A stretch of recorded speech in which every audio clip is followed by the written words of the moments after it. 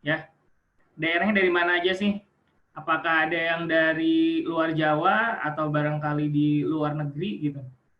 Luar Jawa, luar negeri, Bekasi udah termasuk luar negeri ya, jadi bisa dijawab WNA yang orang Bekasi ini barangkali. Bercanda ya. Mana? Boleh lihat dari Bekasi Selatan, oh, yang Bogor, Tulung Agung, Depok. Oh, nama dan asal, nama ya, namanya nih ya. Nama dan asal nih. Namanya Mas Azhari dari Lamongan. Mbak Siti dari Jakbar, dari Jaksel. Wah, Masya Allah, dari Makassar. Dari Makassar, Eka, ya. Kak Eka. Nah, Kak Eka dari Makassar, Tangerang banyak juga ini. Dia Lombok. Wah, ini ada dari Lombok juga nih. Kalau dari Lombok berarti sekarang jam berapa? Udah jam 2 ya berarti ya di Lombok ya. Padang, Tulung Agung. Wah, ini ramai banget nih teman-teman. Teman-teman ramai banget ini, keren-keren. Radius Karno dari Mars. Makasih banyak ini udah jawab dari Mars. Ya, nggak nyangka Anda dapat sinyal juga di sana sehingga bisa bergabung sama kita di sini. Teman-teman, perkenalkan, saya lupa kenalan ya. Katanya kan tak kenal maka tak sayang. Meskipun saya yakin di sini udah ada sih yang lama kenal tapi ya nggak disayang-sayang. Ya. Siapa yang udah lama kenal sama doi tapi nggak disayang-sayang, akhirnya berembet jadi masalah emosi, masalah A, B, C, D, sehingga teman-teman ada di sini akan dituntaskan solusinya di Kampung Hening dengan nantinya materi-materi self healing yang teman-teman juga udah beli bukunya dan yang lain-lain gitu. Oke, teman-teman, kali ini kita akan sambut dan perkenalkan ya pembicara yang juga penulis, yang juga konselornya, ya pokoknya orang yang udah sangat-sangat kompeten, profesional dalam bidang yang berkaitan dengan self healing ini. Gitu. Nantinya kita akan tanya-tanya, kenapa sih self healing itu penting? Dan mungkin nggak sih kita itu kalau misalkan punya masalah emosi, kita kalau punya masalah yang berkaitan sama luka batin yang udah lama banget ada di diri kita gitu, bertahun-tahun kita pupuk, kita nggak pernah bisa nggak pernah bisa melepaskan itu, sehingga itu semua menghambat diri kita.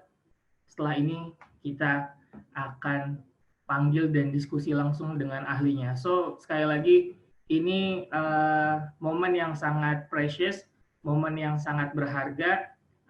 Saya juga pribadi ngerasa beruntung dan kita di sini teman-teman akan sama-sama belajar.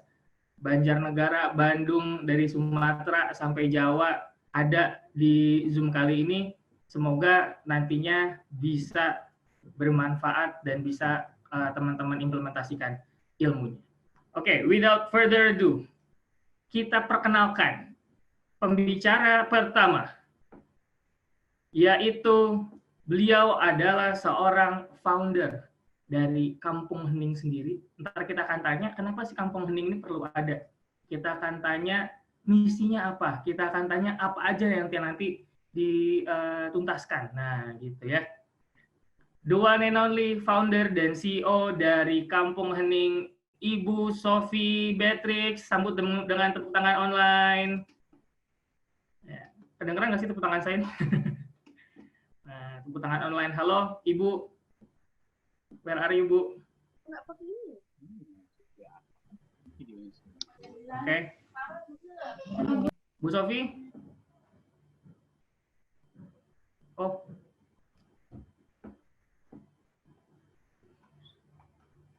Ya, pertama tadi ada Bu Sophie. Ini kemudian yang kedua ada lagi sahabatnya. Jadi kita dapat pembicara yang ini insya Allah udah klop banget.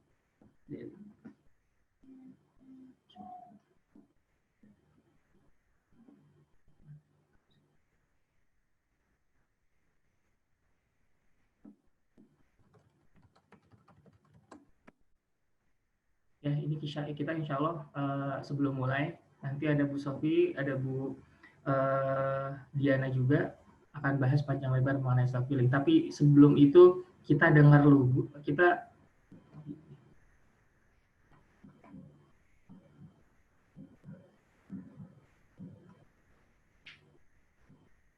kita dengar dulu nih musik yang akan mengiringi kita dan menjadi tonggak semangat untuk kita belajar semua teman-teman.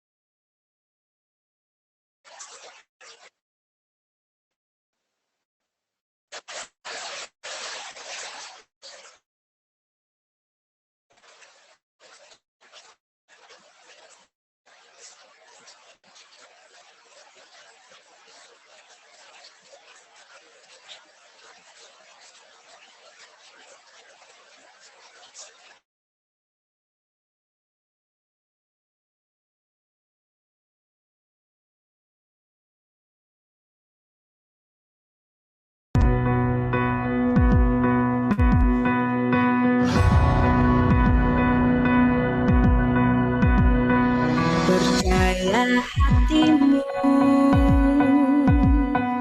kuatkan dirimu,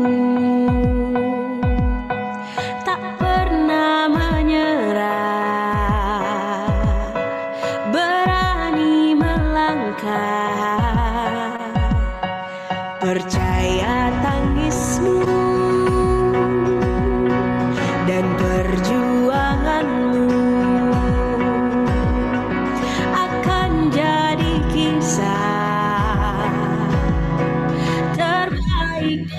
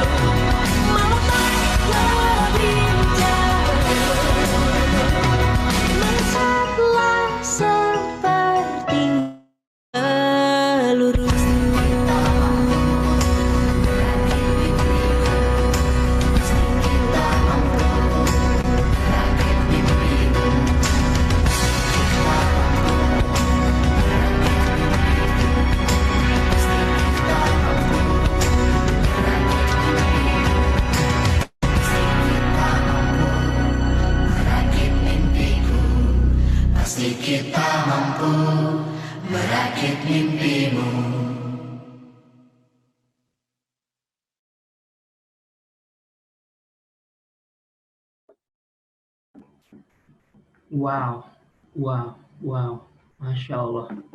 Ya, selama lagu tadi banyak banget teman-teman yang komentar tentang ini lagunya positif banget, ini lagunya encouraging banget segala macam. Ini lagu dari Yura Yunita, teman-teman. Baru di lirik pertama aja udah buat kita merinding gak sih? Liriknya, percaya hatimu, kuatkan dirimu, tak pernah menyerah, berani melangkah. Ya, ini message yang barangkali benar-benar kita butuhin untuk memperkuat diri kita. Belum lagi sekarang masalahnya kayaknya banyak banget nih, pandemi, mulai dari masalah barangkali psikologis, ekonomi, dan tadi adalah awal yang keren banget dari lagu Yura Yunita. Oke, teman-teman, sekarang kita akan panggil pembicaranya. Kita sambut dengan meriah the one and only Ibu Sophie Beatrix sebagai founder dan CEO dari Kampung Hening. Assalamualaikum Bunda. Assalamualaikum Bun. Halo, waalaikumsalam. Warnanya cukup intuitif, belakangnya awan-awan ini. Siap merakit, siap melayang sepertinya ya? Iya, kan Siap. kita di Kampung Hening. Wes, Kampung Hening saya diem aja nih. Kalau saya bawel kan nggak jadi hening. Canda. Oke. Ibu sehat ya, insya Allah ya. Alhamdulillah. Ya, puasa masih lancar juga ya. Alhamdulillah lancar. Ibu dengar-dengar katanya hari ini nggak sendiri, bener? Iya. Oh, ada yang nemenin. Sama soulmate-ku. Sama soulmate. Oh, gitu. Iya. Boleh nggak nih saya panggil? Boleh. Boleh, ya. Ibu, hitung 1 sampai 3 dong, ntar saya panggil. Oke. 1, 2, 2,5. 2,5. Aduh. 3. 3. Oke, teman-teman, kita sambut Dr. Diana. Halo, Ibu Dokter. Halo, Ibu Dokter. Assalamualaikum warahmatullahi wabarakatuh. Waalaikumsalam warahmatullahi wabarakatuh. Oh, salam sukses mulia dan bahagia. Salam sukses mulia dan bahagia. Kenapa pakai bahagia kalau boleh tahu? Emang kita banyak yang nggak bahagia nih, Bu Dokter?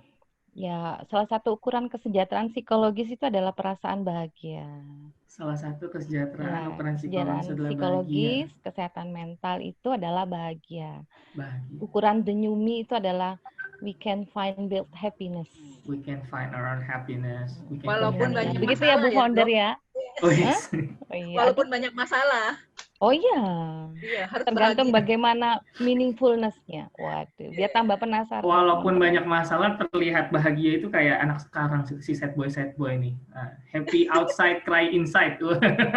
Yang penting nggak ambiar. Yang penting nggak ambiar. Waduh, aku jadi ingat ambiar, jadi ingat kemarin. Al-Fatihah. Ini belum mulai aja tadi Bu Diana udah ngasih ilmu ya. Masya Allah nih. Ya. Belum apa-apa udah ngasih indikator bahagia. Gimana kalau nanti kita mulai? Benar nggak? Oke. Kalau gitu kita mulai aja teman-teman. Kita mulai acara siang ini dengan membaca Bismillah. Bismillahirrahmanirrahim. Oke. Udah boleh kita mulai ya, Bu ya? Oke. Bu Diana sama Bu Sophie mengenai Kampung Hening dulu deh. Oke. Mungkin lebih ke Bu Sophie kayaknya ya. Kenapa Kampung Hening Ibu buat? Aduh. Nah, apa sih sebenarnya masalah yang sehingga kayak ini Kampung Hening kudu ada nih, perlu ada nih supaya saya bisa men-solve masalah-masalah yang barangkali lagi ada di masyarakat kita sekarang gitu. Sekarang atau ke depannya. Kira-kira apa sih motifnya ada Kampung Hening ini? Oke, Mas Fadil ya. Kampung Hening ini memang awalnya ini masih baru kok sebenarnya. Sekitar kita launching bulan Januari ya. Okay. Tapi sebenarnya ini sudah ada di benak saya sejak sekian tahun yang lalu. Sudah berintuisi ya dari dulu ya?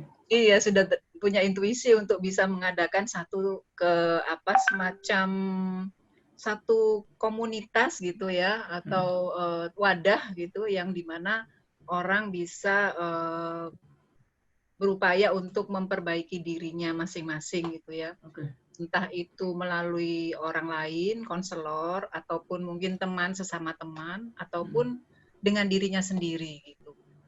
Nah, bentuk memperbaiki diri itu kan macam-macam. Ada yang mungkin kalau kita buat kategorinya cuma 2, misalnya itu adalah self healing atau healing dan development gitu. Jadi ada 2.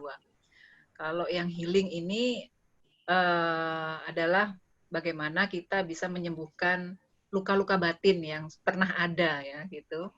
Kalau development itu adalah bagaimana caranya kita bisa maju, bisa bertumbuh, melesat seperti peluru yang kayak lagu tadi, Mas.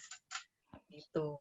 Nah, maka Kampung Hening ini saya coba buat dengan termasuk dukungan sahabat saya ini, Bu Dr. Diana ini kan beliau salah satu pembina ya di Kampung Hening. Pembina Pramuka. Pembina Pramuka. Kita kayaknya soulmate tak terpisahkan sejak dulu gitu cerita. Oh gitu. Jadi akhirnya Kampung Hening ini punya banyak program itu mulai dari tools yang kita ciptakan untuk orang bisa melakukan memperbaiki diri ya, mulai dari bagaimana menyembuhkan luka batin sampai akhirnya bisa bertumbuh. Dan juga ada kita siapkan kelas konseling dengan berbagai macam topik atau tema, dan nantinya akan ada kliniknya juga ya setelah insya Allah setelah pandemi ini. Oke, jadi Kampung Hening ini memang tujuan besarnya adalah kepada society, kepada people lagi, Bu ya. Karena banyak dari kita barangkali tadi itu ya, Ibu sempat bilang juga ada masalah-masalah yang itu barangkali ada di diri kita, sehingga kalau ada Kampung Hening ini bisa jadi lagi seperti peluru yang melesat. Iya, betul. Benar. Waduh. Ya, saya pengen kasih tepuk tangan online dulu, Bu.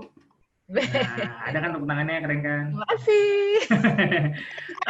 Dan yang saya quote juga ternyata ini udah diinisiasi dari lama. Kemudian lewat dukungan dari sahabatnya sendiri, Bu Diana, bisa diadain. Emang dulu obrolannya apa? Apa yang pikiran pertama kali sih sebenarnya? Sebelum ada Kampung Hening nih. Kalau dari Bu Diana, kira-kira apa tuh yang, ini kayaknya saya harus bantu Bu Sofi nih gitu. Oh iya. Nah. Sebenarnya terwujudnya Kampung Hening ini dari perjalanan hidup kami berdua. Jadi kami tuh sebenarnya sudah ditakdirkan sejak dalam kandungan untuk bersahabat. Aduh kok lebay ya. Nah, artinya dari waktu kami pertama kenal dari S1, Bu Sofi tahu saya dulu seperti apa, saya tahu juga dulu Bu Sofi seperti apa. Kami berproses bersama melalui berbagai macam kerikil gitu ya. Kawah sampai begitu besar ya. Iya, sampai seperti sekarang membesar maksudnya badannya membesar. Tumbuh ke samping. Jadi kami berproses bersama melakukan berbagai episode self healing, saling membantu untuk bertumbuh. Nah, akhirnya dari pengalaman pribadi seperti itu ternyata bahwa setiap individu itu punya power loh untuk self healing, punya power untuk bertumbuh dan berkembang. Nah, ternyata Bu Sofi sudah dengan saya, misalnya dengan perjalanan hidup ini dan perjalanan permasalahan saya yang ya kalau misalnya saya tuangkan mungkin jadi 5 buku berepisode pun gitu ya. Ya Bu Sofi juga gitu loh, sehingga saya akhirnya ya bisa bertumbuh seperti ini, bisa menjadi dosen, sekarang kajur, sekretaris UNESA Crisis Center, kemudian menyelesaikan studi S3 saya di UNER, saya juga staf ahli Humas Polda, kemudian salah satu reviewer beasiswa Bu Sofi dengan luar biasa, sudah ada Kampung Hening, saya appreciate banget, nggak sampai 1 tahun sudah launching-nya luar biasa dengan akademi trainernya. Jadi artinya kami pernah terpuruk, katakanlah terpuruk ya, gitu ya, dengan kehidupan pribadi dan permasalahan pribadi. Tapi kami bisa achieve aktual, bisa bahwa kita tuh sebenarnya punya potensi, bahwa diri kita masing-masing tuh sebenarnya kalau saya menganalogkan itu seperti kalau kita luka kan ya, jatuh, kecelakaan, itu kan sebenarnya badan kita punya daya recovery ya. Entah misalnya kita cukup kasih Handyplus, obat merah gitu ya, atau kita butuh bantuan professional helper, dokter di operasi atau segala macam. Tapi intinya luka fisik itu sebenarnya bisa sembuh.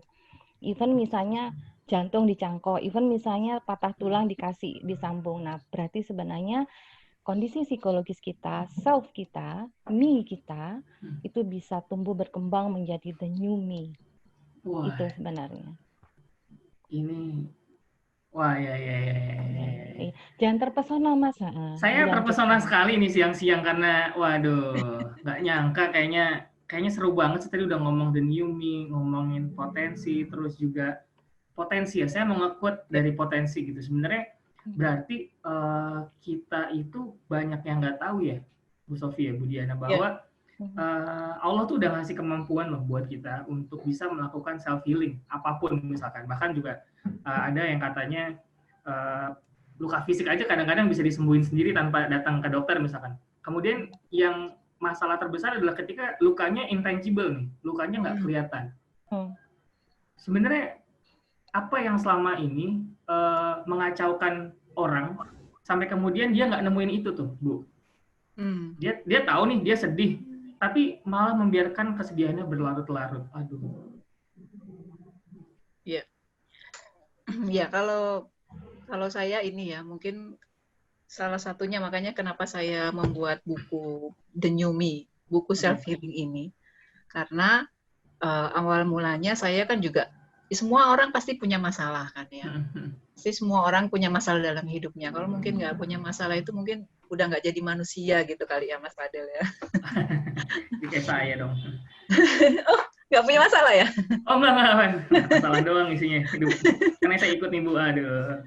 Nah, maka ketika banyak orang yang tidak menyadari bahwa sebenarnya ketika dia punya masalah dan tidak segera menyelesaikan masalahnya itu, dia akan berada di dalam fase yang stuck, yang berhenti di situ aja, bahkan mungkin regresi, mungkin mundur gitu. Nggak mengalami kemajuan, malah mundur gitu. Nah, maka di sini saya berusaha untuk mengkampanyekan ini nih sama-sama Bu Diana ini kemana-mana, bahwa kita itu sebenarnya punya kemampuan untuk bisa menyembuhkan diri sendiri. Nah, kemampuan menyembuhkan diri sendiri ini itu bisa juga dengan dengan perenungannya, dengan istilahnya kontemplasinya sendiri, tapi bisa juga dengan bantuan orang lain. Nah, kebanyakan kalau yang saya lihat banyak orang itu malu dengan curhat gitu kali ya. Banyak orang malu curhat, ya nanti kalau aku curhat ini masalahku ini dia jadi tahu gitu ya. Atau mungkin ketika orang melakukan curhat masalahnya nggak selesai malah besar gitu kan ya. Karena temennya ini ember misalnya cerita kemana-mana gitu ya. Atau mungkin mau curhat tapi akhirnya dia jadi masalah ya dengan dirinya sendiri misalnya. Nah, maka buku The New Me ini saya ciptakan karena saya ingin, mungkin ada orang-orang yang seperti itu ingin melakukan kontemplasinya sendiri, ingin melakukan self healing sendiri gitu. Dengan melakukan kontemplasi. Nah, ini maka salah satunya selain saya meluncurkan buku ini, kita juga kampanyekan kemana-mana bahwa sebenarnya poin yang pertama, segera selesaikan masalahnya, kalau punya masalah. Yang kedua, Anda bisa menyelesaikan masalah dengan self-healing. Itu bisa didapatkan dengan fokus ya, berarti fokus untuk melakukan self-healing lewat media buku The New Me ini.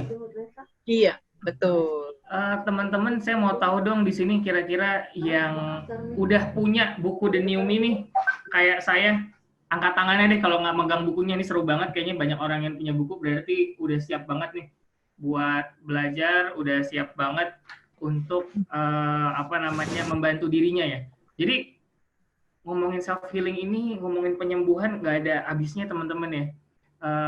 Semoga sejam ini kita dapat insight yang sangat-sangat bermanfaat. Karena gini Bu ya, masalah itu kan setiap hari pasti ada ya. Yeah. Masalah itu setiap hari pasti ada. Cuma masalahnya adalah dari kita nggak banyak yang mau menyegerakan untuk menyembuhkannya gitu. Tadi makanya yang aku quote banget dari Bu Sofi adalah segera menuntaskan, segera menyelesaikannya. aku mau tanya, dampak terbesar ketika kita menunda-nunda atau membiarkan masalah yang tadinya kecil kayak udahlah biarin lah gitu. Misalkan kita diejek temen, misalkan kita diapain lah yang menurut mereka tuh kecil dan awalnya menurut kita kecil, tapi lama-lama kita diemin, wah kita malah punya masalah baru yang lebih besar. Nah itu kira-kira kenapa sih kayak gitu? Kok orang tuh gitu loh, dan dampaknya kok jadi bisa gede banget sebenarnya. Boleh dijawab mungkin dari Bu Diana barangkali. Bu Diana. Ya, oke. Sebenarnya benar yang dikatakan Mas Fadel ya, bahwa kita berpotensi punya masalah. Saya katakan berpotensi, karena segala sesuatu live event itu akan menjadi masalah atau tidak, itu sebenarnya satu, tergantung bagaimana kita mengappraisal, memaknai, menginterpretasi, memberikan sudut pandang. Kalau kita memaknai itu sebagai masalah, maka itu akan benar menjadi masalah. Nah, kalau itu kita tidak mengappraisal memaknai itu sebagai masalah, maka dia bukan masalah. Makanya di buku The New Me ini ada panduan yang itu bagaimana kita membedah pola pikir kita, kan begitu. Oh iya, penting nih. Membedah ya, pola penting. pikir. Betul, pola pikir.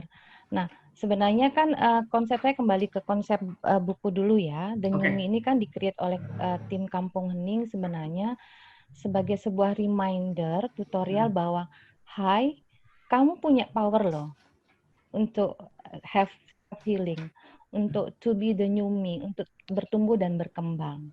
Seperti itu. Sebenarnya ini tutorial yang bagus ya. Jadi semacam reminder bahwa kamu punya loh, kamu bisa loh menyembuhkan luka batinmu sendiri. Nah ini loh yang kami pandu. Karena seperti yang tadi sampaikan Bu Sofi, seringkali kita malu atau tidak tahu caranya, atau kadang-kadang kita mengasumsikan kalau kita mencari professional helper itu kan ini 3 tangan bergeser. 3 tangan bergeser. Apa itu? Mahal bayar. Mahal. Kebaca, gitu mahal. Iya, nah atau misalnya kita datang ke psikolog atau konselor itu kan kadang-kadang, aduh gue bermasalah ya, gue gangguan ya, gue penyakit jiwa ya, kan jadi label-label stigma seperti itu kan menjadi ketakutan tersendiri. Padahal sebenarnya setiap orang, kalau di psikologi itu ada gray area, Mas Fadel. Gray area. Ya, jadi sebenarnya setiap individu itu punya sisi abnormalitas.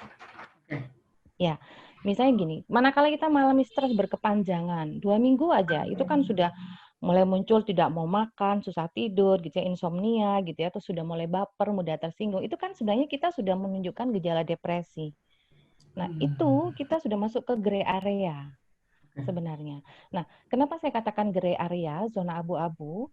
Kalau kita mampu healing, kita mampu kembali ke kondisi psikologis yang normal, gitu, entah itu dengan kekuatan kita sendiri atau misalnya dengan bantuan orang lain, kita akan kembali ke zona putih normal.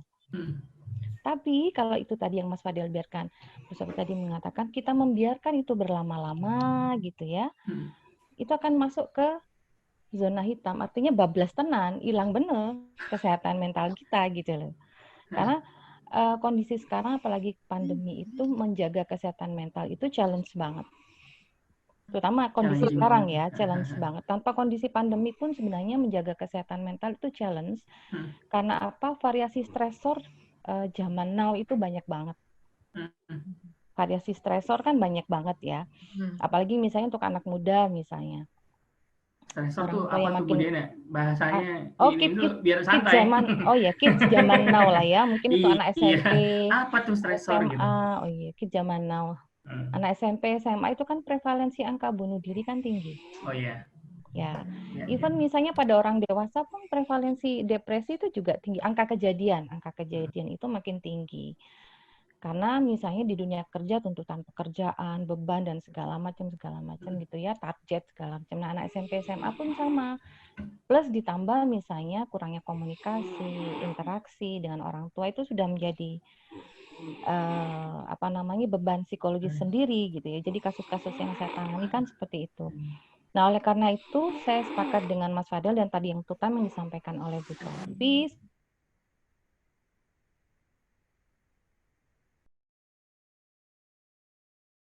Udah mulai bad thinking, terus perasaan tuh sudah mulai baperan, mudah marah gitu ya, mudah tersinggung.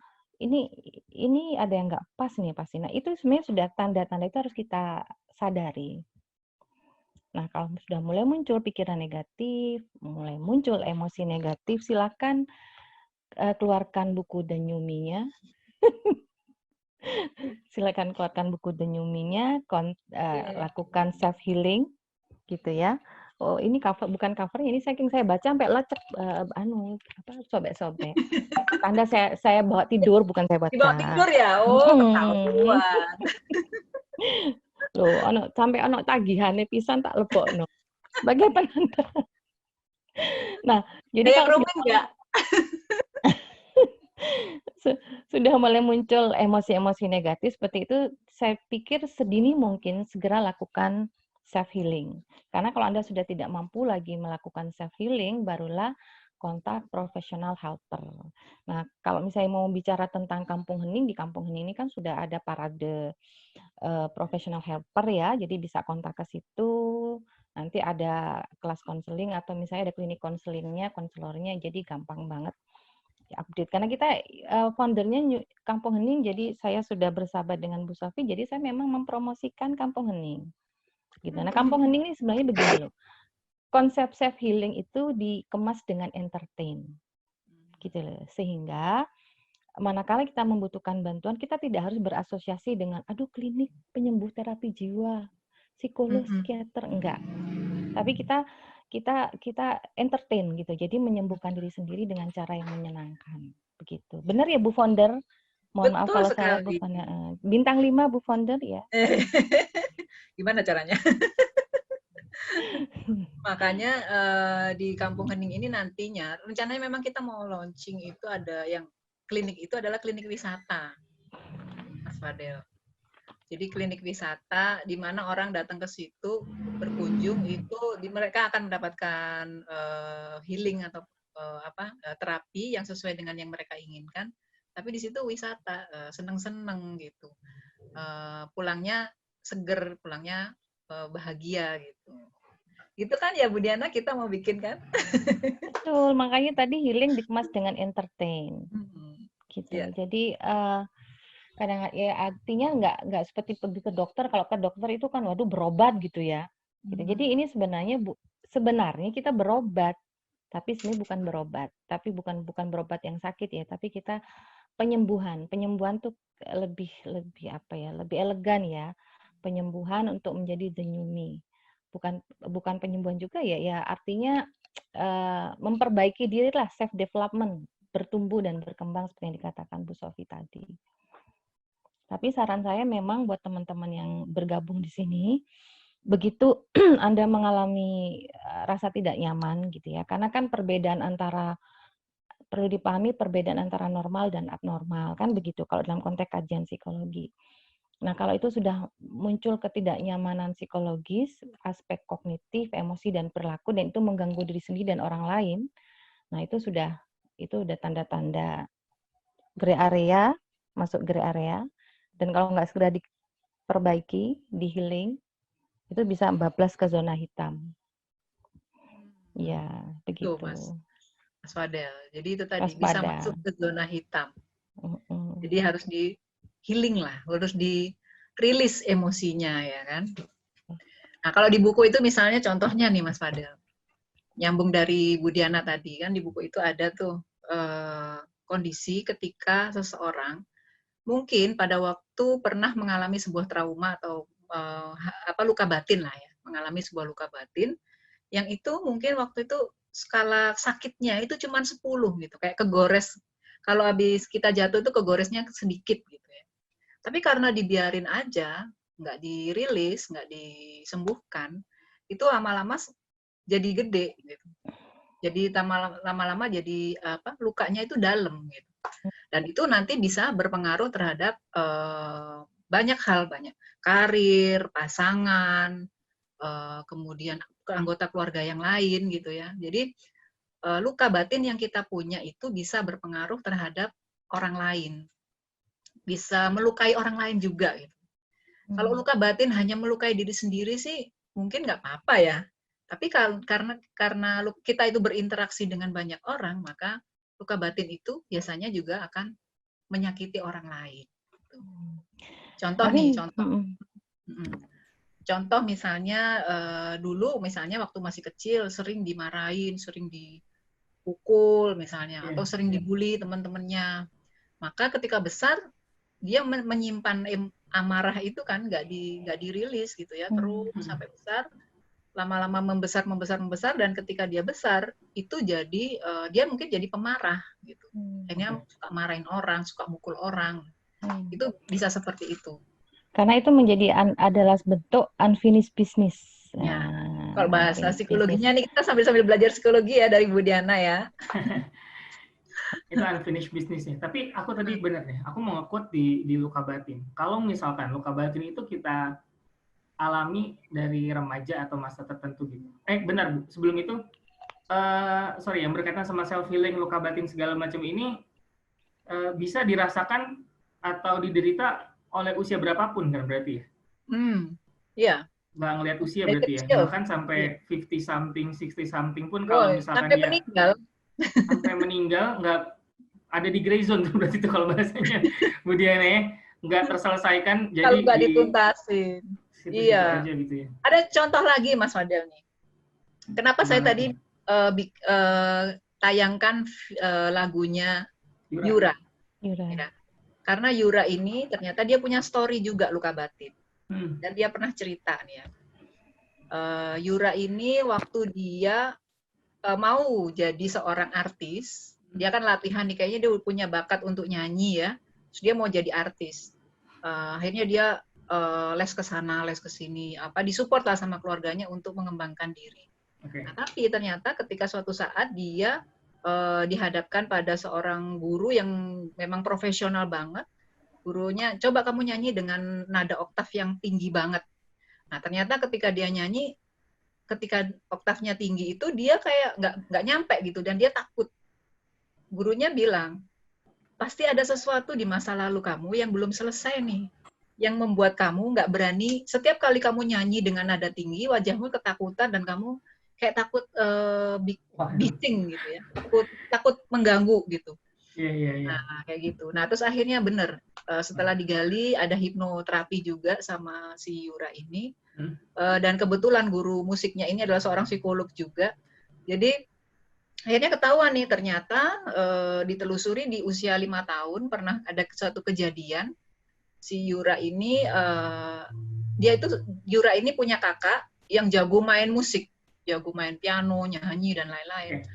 Terus karena dia mengagumi banget kakaknya ini, dia datang nih ke ruangan piano kakaknya, terus dia mengagumi, keren banget ya kakakku ini bisa nyanyi, bisa main musik gitu. Kemudian dia nyobain tuh musik, dia nyobain main pianonya. Biasa kan anak kecil ya, nekan touch-nya, do, re, mi gitu kan. Nah, dia main tuh dengan suara yang kenceng banget. Biasa anak kecil kalau main kan musik tutsnya ditekan semuanya gitu kan, nggak satu-satu gitu. Berisik banget. Nah, sampai di situ tiba-tiba kakaknya datang dan marah banget, bentak dia, berisik gitu kan. Itu dia kaget banget dan itu kayak dia sedih banget. Dari situ tiba-tiba ya itulah momen di mana dia mengalami trauma, padahal itu luka batinnya kan kecil ya, kalau kita lihat anak kecil dibentak sama kakaknya itu mah biasa kali ya. Udah hal yang sebenarnya mungkin di keseharian kita sering melihat atau kita sering juga mengalami, itu hal yang biasa. Tapi ternyata buat si Yura itu momen yang sangat-sangat melukai dia dan itu belum teriliskan sampai dia besar. Sehingga sampai dia ada orang nutup pintu dengan keras, ngebanting pintu itu dia kaget. Pokoknya dengan hal-hal yang suara keras tuh dia kayak takut banget gitu. Bahkan dengan suaranya sendiri pun dia nggak berani gitu kan. Nah ini kan akhirnya apa? Luka batin berpengaruh terhadap karir gitu. Hal yang kecil padahal karena belum rilis, belum terselesaikan, ternyata berpengaruh terhadap karirnya. Nah maka setelah itu Yura melakukan terapi, self healing juga, dan akhirnya dia bisa nyanyi dengan suara yang tinggi itu ya, akhirnya jadi artis ya sekarang.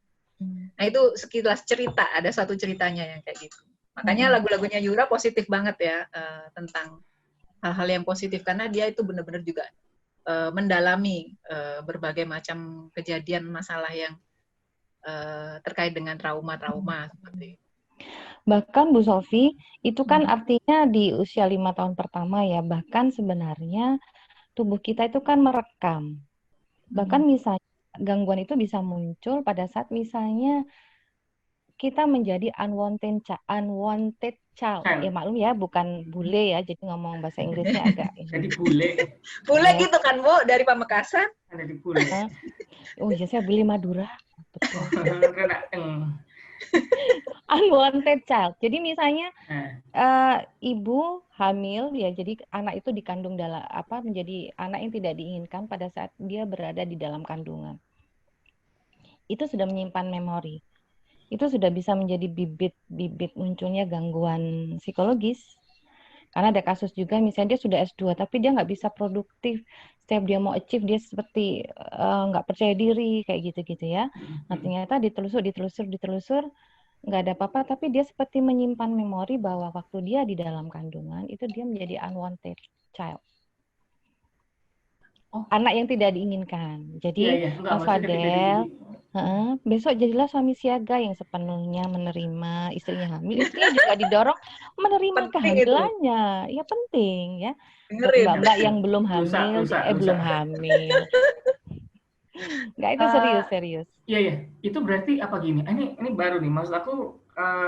Oke. Dia jadi unwanted child pas di dalam kandungan gitu. Iya, jadi artinya aduh aku nggak mau hamil. Oh, itu maksudnya. Jadi ya, si orang tua apa tuh istilahnya tuh, Bu? Bukan jadi misalnya kayak gini, pas hamil ya, terus bertengkar sama suami, gara-gara gue hamil gue bertengkar sama suami, gara-gara gue hamil gue bercerai sama suami, aku nggak mau hamil sebenarnya gitu. Sehingga artinya kasih sayang, maternal, komunikasi itu dari kita anak itu dalam kandungan itu tidak tercapai gitu loh. Karena kan sebenarnya kesehatan mental kita itu sebenarnya harus kita rintis pada saat kita hamil. Jadi individu itu loh pada saat kehamilan. Itu penting. Itu kalau kita pakai perspektif di psikologi itu psikoanalisa. Gitu ya. Oke. Jadi mulai dari kecil sampai meninggal ya, selalu ada trauma-trauma, jejak trauma yang bisa aja hadir ya. Ya, betul. Trauma bisa aja mungkin baru setahun yang lalu kejadiannya, atau mungkin berapa bulan yang lalu kejadiannya, gitu kan? Kan sekarang juga masih sudah ada misalnya. Dan sebaiknya juga meskipun misalnya setiap saat itu berpotensi kita punya masalah dan menimbulkan trauma, tapi setiap saat pun sebenarnya selama lifespan kehidupan kita punya power untuk self healing. To be the new me. To be the new me. Iya. Karena tadi yang analognya Bu Sofi sih kalau misalnya sama dengan luka fisik ya. Kalau kita luka tidak kita obati, lama-lama membusuk, diamputasi kan seperti itu. Kan mengganggu seluruh organ yang lain juga kan. Analoginya aku mau ngokok sedikit ya. Kita kok ngobrol terus bertiga ya? Ini teman-teman nggak ada yang tanya ya? Nanti nggak ada sesi tanya jawab. Oh ada ya? Ya. Tapi aku mau diskusi sedikit tentang bukunya karena si buku ini kan jadi media nih nantinya ini supaya juga teman-teman nanti bisa lebih ngerti gitu kan ya.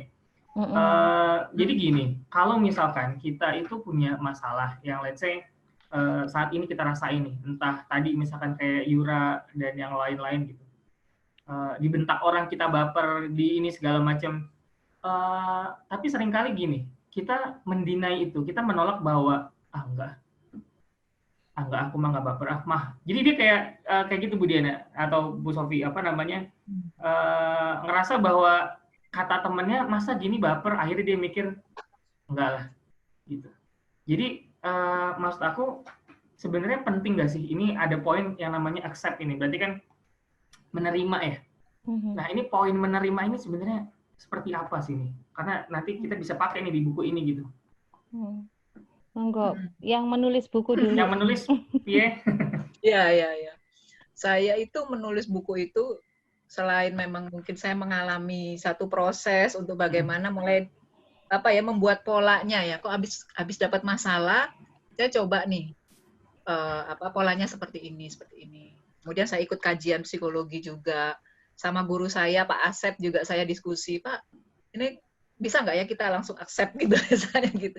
Bisa nggak ya kita habis kena masalah terus langsung kita, aku harus menerima. Kamu harus menerima apa yang terjadi. Seringkali orang kan kayak gitu ya. Itu dia. Itu Tapi apa sih dalam bentuknya kan nggak ngerti aku tuh. Ngapain iya, disuruh dan itu nerima. dalam hati biasanya bertentangan.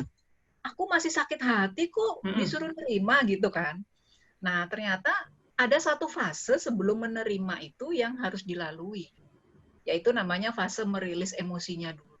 Ketika kita habis baper, habis sebel sama seseorang atau marah gitu, terus atau misalnya nih ceritanya habis putus cinta lah misalnya ya. Aduh, ya lanjut Bu. Banget kan ya. Lanjut. Terus habis putus cinta terus tiba-tiba dapat curhat sama teman, terus teman bilang kamu harus menerima itu semua. Gimana mau nerima? Oh, kan masih sakit gitu kan. Nah, maka itu ternyata ada itu tadi fase sebelum menerima kita perlu merilis dulu emosi-emosi negatif yang ada yang dalam diri kita supaya itu benar-benar plong, benar-benar lega sehingga akhirnya kita bisa accept, bisa menerima kejadian yang menimpa kita ini. Oh ya udah memang jalan takdirnya kayak gini. Memang harus dilalui. Oke, saya menerima semua ini dengan lapang dada, dengan happy gitu kan. Tapi itu tadi dirilis dulu emosi-emosi negatifnya. Konkretnya cara ngerilis tuh gimana Bu? Apakah marah, teriak, wah gitu segala macam? Itu salah satunya bisa rilis. Okay. Jadi rilis itu asalkan nggak ngerusak ya. Kalau merusak itu namanya bukan merilis emosi ya. Kita merilis merusak berarti sudah gangguan itu. Merilis emosi dan merusak itu berarti dia sudah punya gangguan. Nah, jadi misalnya nih merilis emosi dengan cara menulis. Makanya nanti ada salah satu materi yang saya bawakan di Parade The New Me ya, kelas konseling hari besok ya. Besok itu saya tentang writing for healing. Jadi gimana sih caranya nulis itu membuat kita bisa healing, bisa akhirnya plong setelah nulis gitu ya. Dan itu ada di buku ini juga. Sempat waktu ada beberapa orang yang mengirimkan hasil dari mereka melakukan self healing dengan menulis, itu ada yang sampai ada reaksi fisik itu pun sampai muncul ya. Nah itu ketika reaksi fisik muncul, misalnya jantungnya berdegup kencang waktu nulis itu, terus keringet dingin kayak gitu ya. Nah itu sebenarnya adalah proses untuk merilis emosi, keluarin aja, dikeluarin sampai nangis, sampai itu dibiarin keluar karena itu adalah proses untuk merilis emosi. Nah, benar juga tadi kata Mas Fadel, ada juga cara yang kita teriak ya. Iya. Makanya ada nih misalnya di luar negeri yang saya tahu misalnya ada seorang wanita yang dibawa suaminya ke pantai, dia sebel banget gitu, terus ayo sekarang teriak sekenceng-kencengnya. Wah, dia teriak sekenceng-kencengnya di pantai itu. Untuk merilis. Saya akan jadi tipe suami yang gitu nanti Bu Sofi. Biar atau, positif, nanti kalau punya anak jadi suami siaga kalau kata Bu Diana, saya sambungin aja ya. Atau berteriak di dadaku misalnya. Aku peluk sini terus kamu berteriak di dadaku. Cie. Aduh. Halo saya ntar. Iya.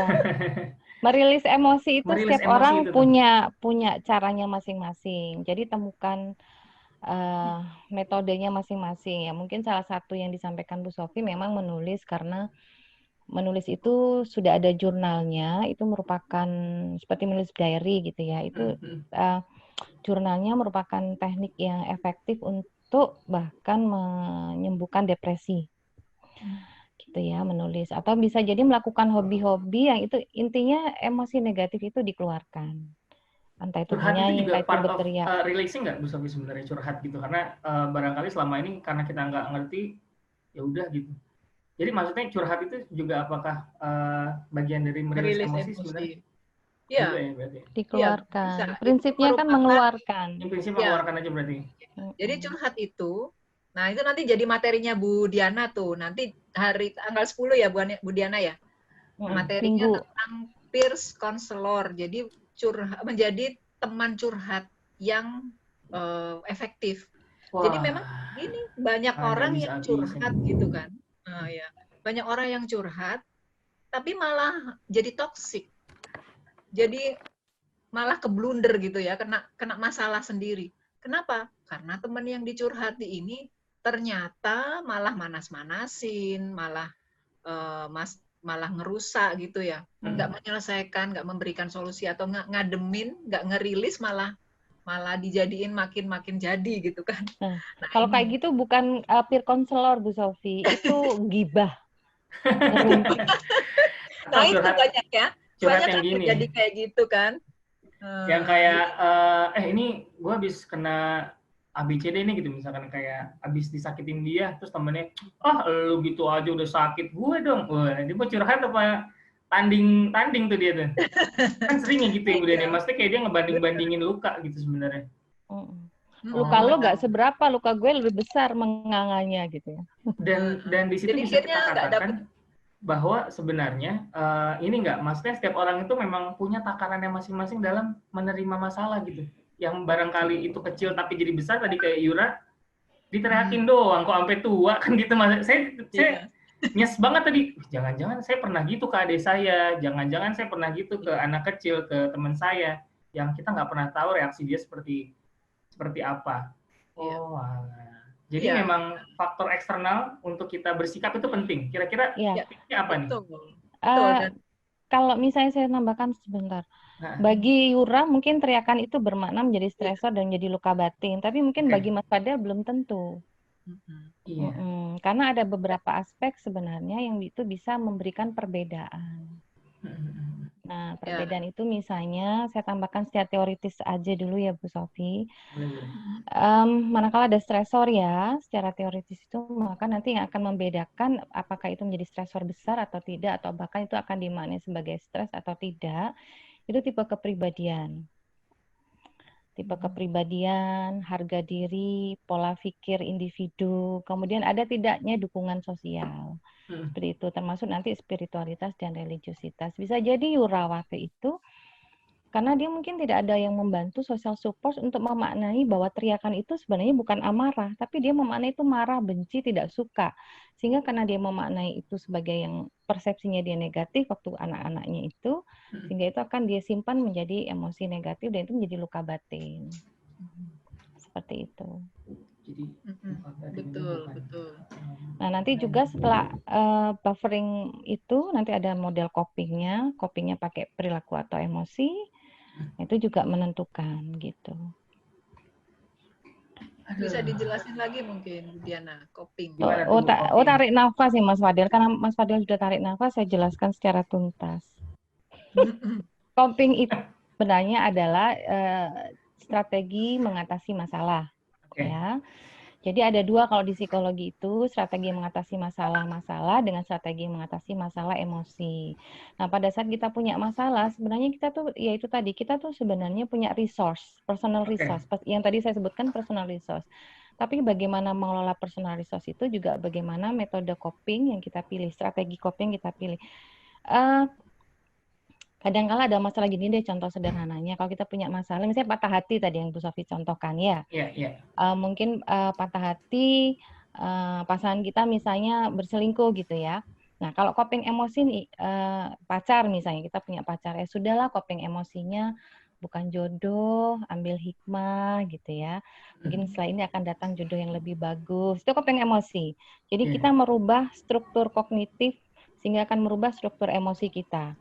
Tapi kalau coping problem, misalnya pacar kita diambil orang, ya udah kita labrak aja tuh pasangannya. Lo ngerebut pasangan gue, ayo cantik-cantikan mana, soge-sogean di, gitu misalnya kayak gitu. Jadi ada pilih mana, aku apa dia, misalnya begitu.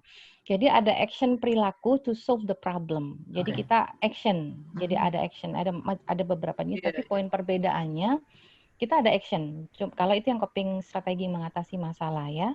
Tapi kalau misalnya coping emosi, kita ambil hikmah, berdoa, itu mencari nasihat, itu merubah mindset.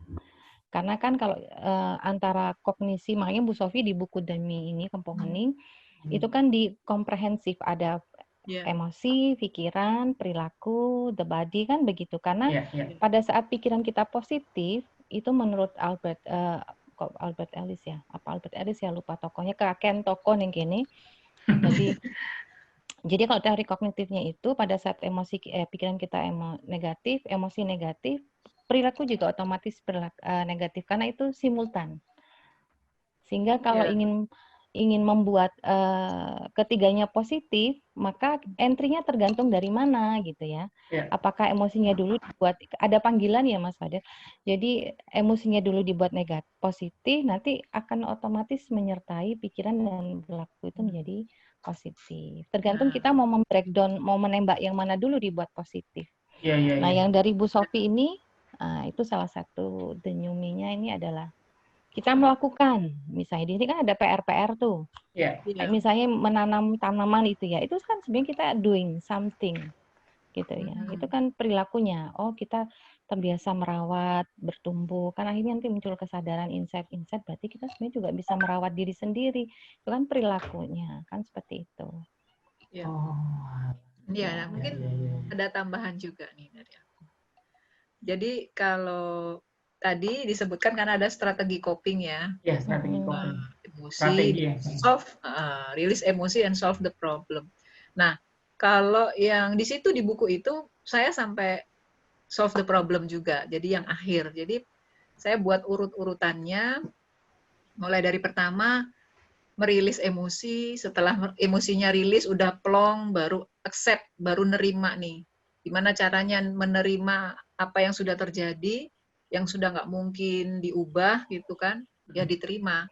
Nah, ketika ada proses menerima itu adalah yang tadi disebutkan oleh Bu Diana, mencoba untuk mengambil hikmah, mencoba untuk memahami, oh ya memang mungkin ini yang terbaik.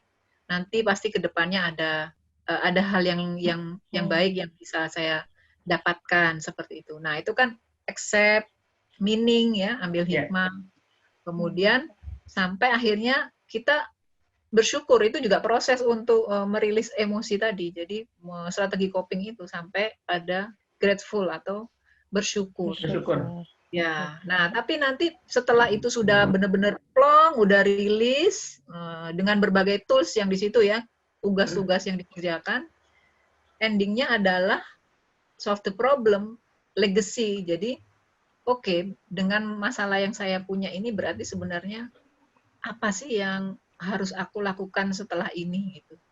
Apa yang harus saya lakukan yang itu bisa membuat saya bertumbuh, membuat orang lain bertumbuh, membuat dunia ini jadi lebih baik gitu. Karena pasti Tuhan menciptakan manusia itu dengan masalahnya itu pasti ada maksudnya gitu kan. Maksudnya itulah yang kita cari, misi kita sebenarnya. Kita nih mau disuruh apa ya? Mau disuruh potensi apa ya yang kita punya yang harus kita maksimalkan nih supaya kita bertumbuh. Nah, itu. Jadi prinsipnya saya cerita contoh saya sebentar ya, Mas Boleh Fadil. boleh Bu Diana. Nih, saya tunggu dari tadi nih. Seru nih kayaknya, seru nih. Iya, ceritanya kasus soalnya. Jadi Bu Diana teman-teman kasus adalah nyata saya sendiri, maksudnya begini. Enggak, artinya gini. Tadi kan bahwa kita sedini mungkin harus alert ya kalau misalnya tiba-tiba muncul emosi yang tidak nyaman begitu ya. Kalau saya sendiri resepnya begini, setiap hari misalnya kok saya ngerasa nggak enak ya mood saya gitu ya, mungkin muncul marah, kecewa, sedih gitu segala macam gitu. Saya tracer, saya kenali dulu emosi apa yang bermain pakai itu, marah, sedih, kecewa, benci, itu saya kenali dulu. Terus saya tracer dulu dari saya baru bangun tidur, misalnya saya benci nih atau marah. Apa sih yang sebenarnya menyebabkan saya marah? Saya tracer. Pembantu?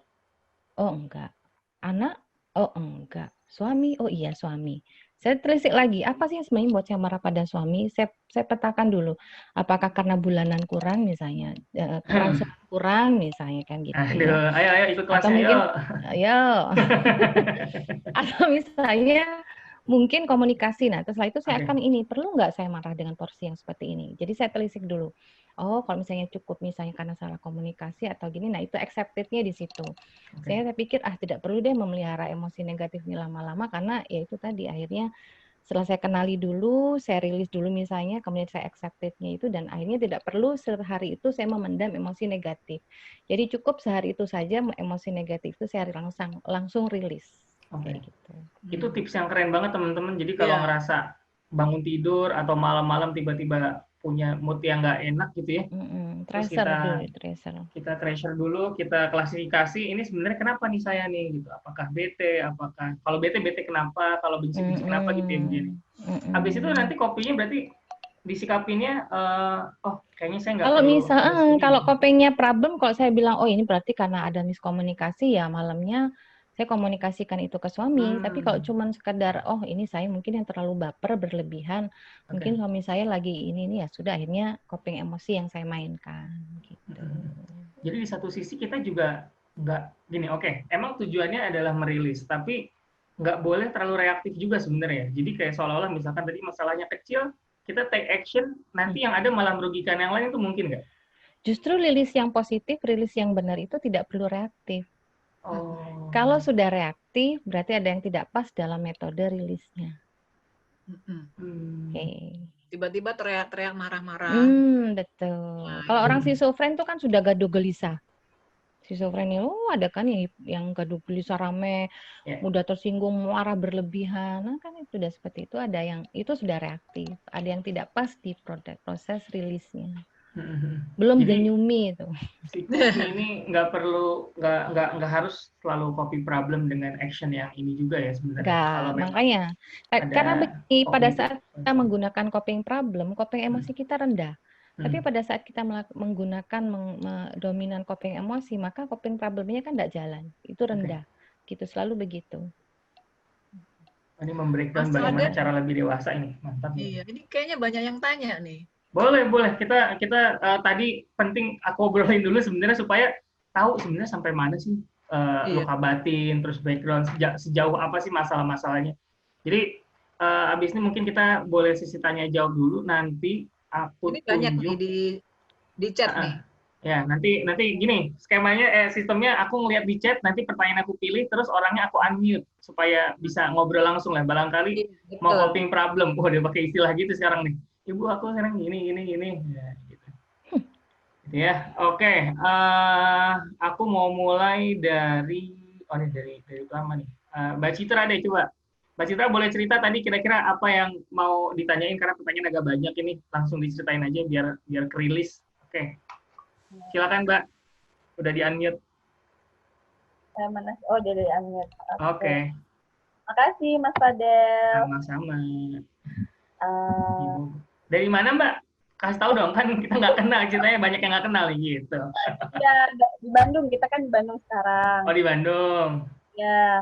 Nah, tadi kan menarik banget ya ngomongin luka batin itu, karena dulu mungkin, sekarang mungkin banyak yang aware, ngerasa kalau kayak saya aja, saya pribadi itu baru ngerasa punya luka batin itu justru setelah jadi ibu gitu.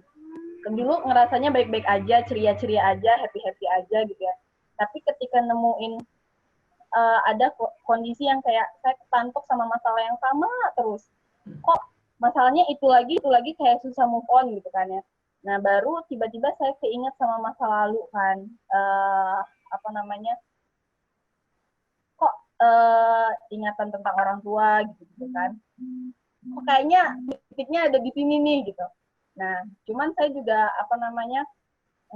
alhamdulillahnya terdorong kan untuk banyak ikut kelas-kelas pengembangan diri, kelas-kelas healing gitu, macam-macam gitu ya. Dan mulai memberikan makna, kalau bahasanya tadi coping Bu Diana sama Tante Sofi, berarti coping emosi mungkin ya, memaknai ulang gitu ya apa yang terjadi di masa lalu. Gitu. Cuman saya penasaran di titik mana sih, maksudnya ini udah rilis gitu, emosi ini udah rilis, udah nggak jadi luka batin gitu. Dan terus juga gini, kan kalau tadi kata Bu Diana, tubuh kita itu kan sebenarnya punya mekanisme menyembuhkan. Kayak misalnya kalau ada luka fisik, kayak misalnya kalau cuman sayatan, itu kan dibiarin aja bisa sembuh gitu kan. Ada mekanisme sel darah putih gitu kan yang berperang lah dalam tubuh kita gitu ya. Nah kalau luka batin itu ada mekanisme gitu juga nggak sih di dalam diri kita, kayak kita bisa menyembuhkan diri sendiri, diri kita ini bisa menyembuhkan luka-luka yang kecil-kecil itu gitu, sehingga kayak nggak jadi kerepotan kehidupan kita tuh kayaknya banyak luka batinnya gitu. Nah gimana cara dulunya punya apa namanya mungkin antibodi yang kuat kali ya, sehingga bisa nyembuhin luka-luka, jadi nggak gampang terluka gitu. Itu tuh gimana ya? Gitu. Ada nggak sih mekanisme kayak gitu sama kayak tubuh nyembuhin luka fisik gitu? Oke, gimana tadi? Iya. Budaya, mekanisme, cara-cara dari diri kita yang barangkali ternyata bisa gitu untuk menyembuhkan atau melakukan self healing tadi gitu Mbak Citra berarti ya? Iya, menyembuhkan luka batin. Menyembuhkan luka batin tuh, mekanisme gimana dari situ tuh? Dari diri kita. Siapa nih? Oh, ibu dulu. Penulis dulu boleh mungkin atau Bu dosen. Oke. Enggak, ibu founder aja dulu deh. Oke, gimana Bu Sofi kira-kira? Ya, jadi sebenarnya banyak cara. Memang sebenarnya kalau saya lihat Allah itu udah ngasih alarm sebenarnya dalam diri kita ya. Alarm itu bisa untuk fisik, dalam bentuk fisik maupun dalam bentuk psikis gitu ya. Jadi setiap orang itu sama Allah tuh dikasih alarm yang itu ketika kita semakin kita sadari, semakin kita asah itu sebenarnya gampang kita bisa untuk kembali lagi menyembuhkan diri kita gitu ya dengan alarm-alarm yang ada. Nah, tetapi kalau misalnya kita nggak menyadari ya sama sebenarnya kayak dengan fisik tadi ya, kalau misalnya kita habis terluka atau kita mengalami sakit gitu ya, terus kita nggak menyadari, kita biarkan saja, padahal itu sebenarnya sudah dikasih alarm juga gitu kan. Maka itu akan menjadi keterusan. Gitu. Nah, alarm tadi yang sudah disampaikan oleh Bu Diana kan ya, jadi misalnya bangun tidur kok rasanya nggak enak ya, kok tiba-tiba sedih ya, apa nih gitu. Nah, itu adalah alarm-alarm yang sebenarnya kalau misalnya kita biarkan saja berlalu, itu akan mungkin menjadi lama-lama membesar. Tapi kalau misalnya segera kita tuntaskan, itu akan menjadi sembuh gitu ya, atau healing. Nah, alarm-alarm ini sebenarnya juga biasanya kita bisa temukan saat kita melakukan kontemplasi. Makanya Kampung Hening ini dikasih nama Kampung Hening itu sebenarnya karena di sini banyak orang bisa melakukan penyembuhan diri melalui dia melakukan kontemplasi atau melakukan perenungan ya. Kontemplasi itu bagian dari coping emosi loh Bu Founder. Nah, iya kan? Bagian dari sudah diaplikasikan di Kampung Hening, cuman kita perlu menyamakan istilah sebenarnya. Iya, gitu. Jadi ketika kita melakukan kontemplasi banyak nih, terutama kalau yang mungkin Muslim, tools untuk kontemplasi banyak banget saat 2/3 malam. Ngomong nih, curhat sama yang di atas ya, curhat sama Allah gitu, apa yang jadi masalahnya, apa yang ingin diselesaikan. Dan itu ternyata saya kan waktu kemarin juga sempat selama 7 hari ya di Suryalaya nih. Ini beneran riadoh gitu kan.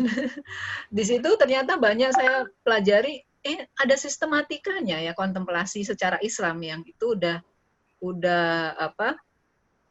ini sistematis banget ternyata dalam Islam itu untuk orang tuh bisa melakukan self healing gitu.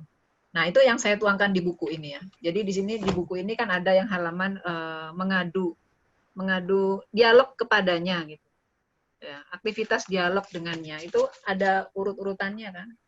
Nah, ini adalah mungkin kalau misalnya ini dituliskan atau diisi, teman-teman nanti bisa merasakan benar-benar tuh melakukan rilis gitu. Melakukan rilis. Nah, itu salah satunya tools atau cara yang yang saya tuangkan dalam buku ini, tapi sebenarnya itu ya ditemukan dari proses alamiah kontemplasi itu tadi. Seperti itu. Itu gimana, Mbak Citra? Jawaban dari Bu Sofi. Jadi ini ya Tante ya, kalau misalnya aku dipanggil Tante. Sofi Tante, saya Mbah ya, Mbak Citra. Utis. Jangan ponakan sih ya, jadi gitu. Iya, jadi kan berarti kalau misalnya ada alarm tubuh kayak misalnya bangun tidur rasa nggak enak, terus perasaan tiba-tiba sedih, itu jangan dicuekin, jangan sok kuat ya, jangannya udah. Aduh, penyakit orang Indo tuh. Saya deng. Bisa dicek dulu gitu ya. Ya, di tracer dulu. Kenapa penyebabnya, di tracer lagi. Tapi bisa jadi kalau tiba-tiba bangun tidur kita mood nggak enak, itu bisa jadi kan karena tidur kita tidak berkualitas. Nah, kembali lagi tidur kita tidak berkualitas itu karena bisa jadi kembali lagi ada endapan-endapan di alam bawah sadar, unfinished business, masalah, stresor. Karena kalau kita bicara munculnya gangguan itu kan selalu biopsikososial. Psiko sama sosial. Ya, biologi, psiko, dan sosial. Itu tadi artinya kalau kita tidur nggak nyenyak, itu kan moodnya besoknya jadi nggak bagus, kan begitu.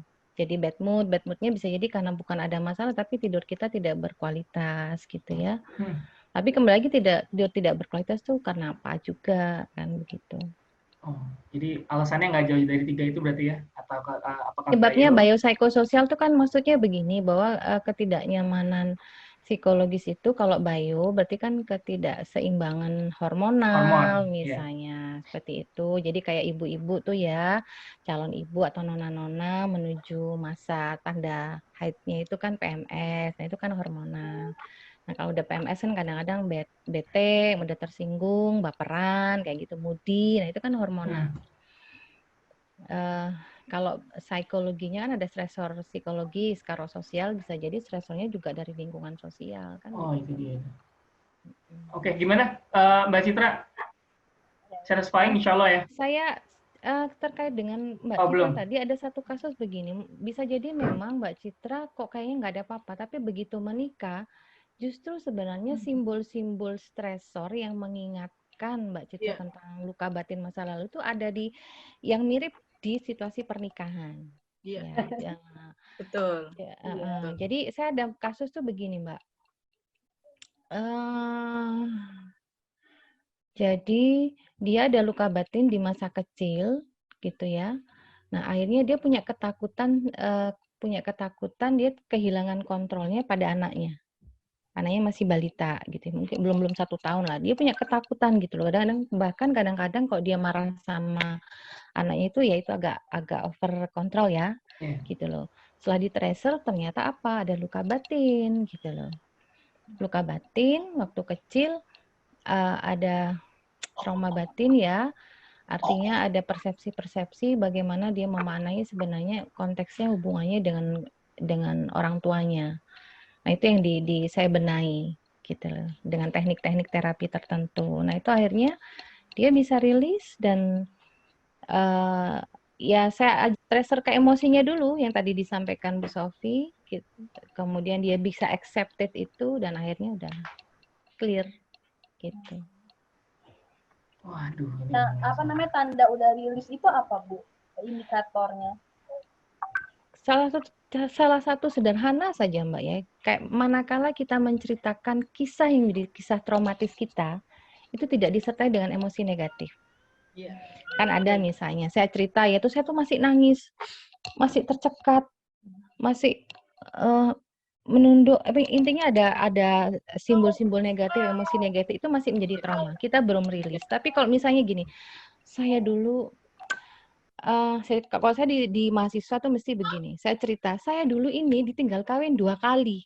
Nah, kalau saya masih cerita gitu tuh saya tercekat nangis. Tapi setiap saya cerita itu di depan mahasiswa, saya dengan bahagianya. Rekor ya. Jadi 2 kali saya ditinggal nikah, bersamaan dengan 2 kali adik saya menikah. Ya, ditinggal nikah pertama adik saya menikah. Ditinggal nikah kedua adik saya nikah, dan dua-duanya calon istrinya itu menteror saya. Jadi kayak sinetron. Nah, ini kan saya sudah tidak menangis. Nah, berarti saya sudah rilis. Saya dengan happy-nya cerita, saya sudah rilis, Mbak. Gitu. Oh, salah satu indikatornya berarti gampangnya apa kita udah selesai unfinished business ketika kita ceritakan lagi nggak ada reaksi emosi dari kita gitu berarti. Nah, kebetulan juga itu di buku saya ini, di buku The New Me ini, itu kan ada beberapa proses rilis ya. Ada beberapa cara untuk melakukan rilis yang dilakukan. Kalau misalnya misalnya kita melakukan rilis pertama, belum selesai juga, belum tuntas, masih merasa nggak plong, maka ada tools yang kedua, melakukan lagi rilis. Nanti setelah itu belum plong, bikin lagi, rilis lagi yang ketiga gitu ya, sampai ada beberapa rilis tuh supaya karena apa? Kalau misalnya kita cuman sekali, biasanya itu masih rilis emosi nih ya, terus masih yang tadi masih keluar lah emosi negatif itu masih ada. Nah, ini yang saya buat di buku The New Me ini ada proses banyak tools untuk melakukan rilis sehingga diharapkan dari situ setelah menyelesaikan itu jadi plong gitu. Oke. Tadi dari Mbak Citra udah, sekarang kita lanjut ke penanya selanjutnya. Ada Bu Erina Husnulita, boleh? Masih ada? Halo? Nah, pertanyaannya yang bagus soalnya kayaknya. Apa nih? Oh, bisa open mic. Open Oke, mic. kalau di unmute tapi beliau aku nggak kelihatan di sini.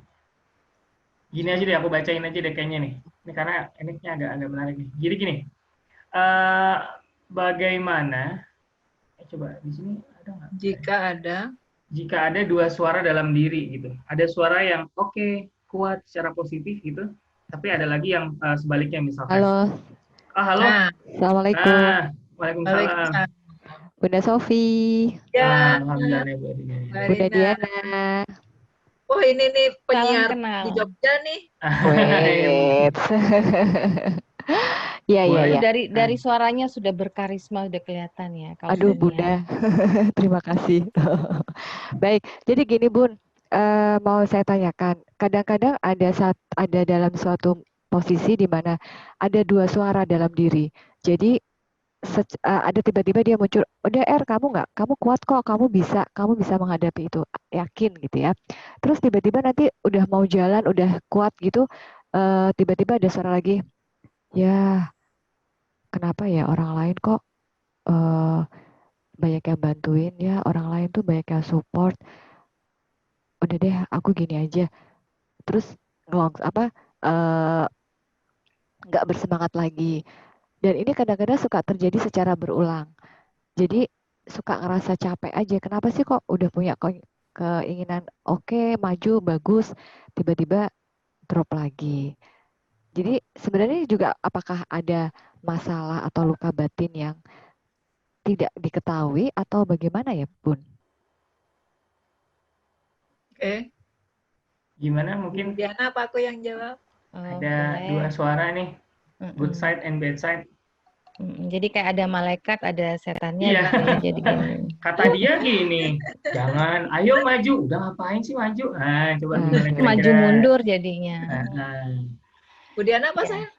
Bu Diana ya? Bu Diana boleh deh, Bu Diana tadi buat ngebuka nih. Iya. Pasti tool itu ada di The New Me pasti ya. Cuman begini, saya jelaskan secara dinamika psikologisnya begini. Mbak siapa tadi? Erina. Oh iya, oke.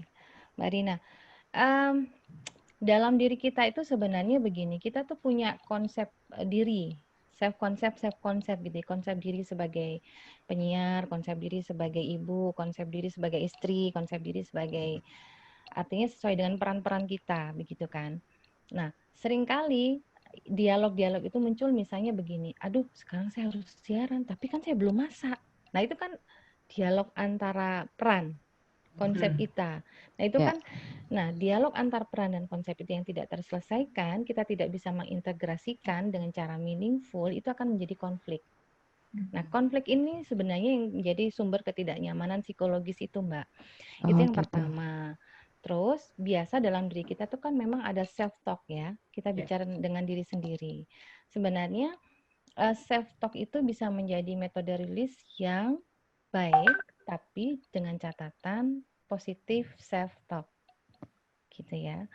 Jadi kalau misalnya ada dua muncul konsep peran itu muncul, ya kita integrasikan saja gitu loh. Jadi kita accepted tadi, kemudian oke deh nggak apa-apa sekarang misalnya aku nggak masak dulu, toh nanti aku bisa GoFood, jari ini kan sakti sekarang kan, jadi tinggal gini-gini, maksudnya di Android kan makanan datang, sekarang ini kan jari sakti gitu loh Mbak. Jadi Misalnya sakti saya nggak aja. masak, saya nggak usah masak, saya kerja dulu deh karena prioritas utama saya. Jadi kita artinya meaningfulness itu kita mengintegrasikan itu secara sadar, here and now. Jadi kayak misalnya kondisi pandemi sekarang ya, menjadi stres kan karena begini. Dulu saya bisa ke mall, sekarang saya nggak bisa ke mall, sehingga Anda nggak bisa stres, nggak bisa ke mall jadi stres. Ya, karena kita tidak here and now. Dulu saya bisa peluk-pelukan sama Bu Sofi, tapi sekarang saya nggak bisa peluk-pelukan. Ya jelas Bu Sofi di Jakarta, saya Surabaya, jadi kan nggak bisa. Dulu, kita bicara dulu. Tapi kalau sudah meaningful, gitu ya, integrasi secara sadar, here and now, maka konflik itu sebenarnya bisa diminimalisir. Yang menjadi tidak nyaman kan satunya A, satu B. Nah, kita memperbesar itu karena kita tidak mencari zona irisan, yang zona damainya, zona netralnya yang kita bisa meaningfulness-nya accepted itu secara penuh gitu loh. Ya. Salah satunya begitu. Mungkin nanti ditambahkan Bu Sofi, nanti saya tambahkan lagi. nanti lanjut di WA. Kalau habis semua di sini kasihan yang lain. Gimana Bu ya. Elina kalau boleh direspon sedikit? Ya. Baik, terima kasih Bunda Diana. Ya. Ya, proses kali ya. Iya, proses. Karena gini Mbak, salah satu penyebab orang depresi itu karena dia negatif self-talk. Maksudnya negatif self-talk tuh dia negatif self-talk, saya bodoh, saya nggak mampu, saya jelek. Diri sendiri lu gitu? sih, yes, termasuk self-blaming. Oke. Jadi kita tidak menghargai, tidak mengappraisal, selalu memaknai, mempersepsi diri kita tuh selalu negatif. Gitu. Makanya ada salah satu teknik terapi itu kita nanti mungkin berikutnya saya dengan Bu Sofi tampil lagi gitu ya. Jadi saya mencintaimu, saya memaafkanmu kayak gitu. Saya berterima kasih padamu. Mu tuh kita sendiri salah satunya gitu. Itu positif accepted tadi itu. Iya, baik Bu. Oke. Terima kasih banyak Bunda Diana. Sama-sama. Bunda Sofi, biar mana suaranya Bunda Sofi? Ya. Ya, bukunya ciamik banget ya, bagus banget. Itu bisa benar-benar buat self talk juga ya bukunya ya, Bun. Iya. Betul. Emang dibuat self talk yang positif ya. Jadi di situ juga ada tuh pada halaman berapa ya? Itu kan bagaimana sih caranya kita berlatih untuk melakukan self talk. Mulai dari kita mengatur pernafasan, kemudian kita membayangkan kebahagiaan, kemudian setelah itu kita mengatakan hal apa tuh, apa yang mau kita katakan, hal-hal yang positif di dalam setelah proses itu tadi, dan itu biarkan selama sekian detik ya, sekian detik berjalan. Nah itu kalau dilatih terus-menerus self talk positif itu, maka nanti akan yang negatif-negatif itu akan menyingkir dengan sendirinya. Gitu. Semakin lama semakin banyak, semakin besar. Saya sendiri sebenarnya punya cerita juga tentang saya punya trauma ya. Saya punya trauma dan ini sekarang lagi proses healing nih trauma gitu ya. Apa ya? Gitu. Apa nih gitu. Nah, saya itu punya satu proses trauma, yaitu saya itu orang yang tidak berani ngomong di depan banyak orang sebenarnya nih gitu ya. Makanya saya memilih pekerjaan itu lebih senang di belakang layar, ya bantu-bantuin gitu ya di belakang gitu, daripada saya disuruh maju ke depan ngobrol di depan banyak orang, itu bisa gemeteran, ngomongnya juga belepotan, menatap orang pun tidak berani gitu kan. Pokoknya saya kalau mau disuruh ngomong itu bisa sakit seminggu sebelum saya disuruh ngomong ya. Jadi misalnya saya, kamu kasih sambutan dong di acara ini misalnya sebagai pimpinan perusahaan. Udah selama seminggu itu saya stres, saya sakit perut dan macem-macem gitu kan. Itu yang mungkin orang lain nggak tahu. Saya makanya lebih cenderung meminta untuk orang lain, kamu aja deh yang ngomong gitu ya. Nah, tapi yang belakangan ini saya bikin buku ini, saya melakukan self talk. saya pasti bisa melewati ini semua, bisa jadi orang yang bisa ngomongnya nggak belepotan, bisa difahami orang gitu. Pokoknya dengan berbagai macam setiap waktu untuk istilahnya melakukan self talk sendiri itu berulang-ulang gitu ya. Terus yang negatif-negatif tadi itu disuruh menyingkir gitu kan. Sampai akhirnya ya udah sekarang makin banyak nih ngomong di depan orang. Ini harus ditantang gitu ya, diri kita ini harus ditantang untuk bisa berusaha menyingkirkan hal yang negatif itu tadi. Ya, bagus. Betul. Gitu. Oke, mantap. Jadi langsung dipraktikkan di perilaku, kalau cuma di angan-angan nggak bisa. Jadi harus tetap dihadapkan langsung, kalau behaviornya kan begitu, langsung dihadapkan di depan audiens, dipaksa ngomong, challenge, nanti lama-lama terkondisikan akhirnya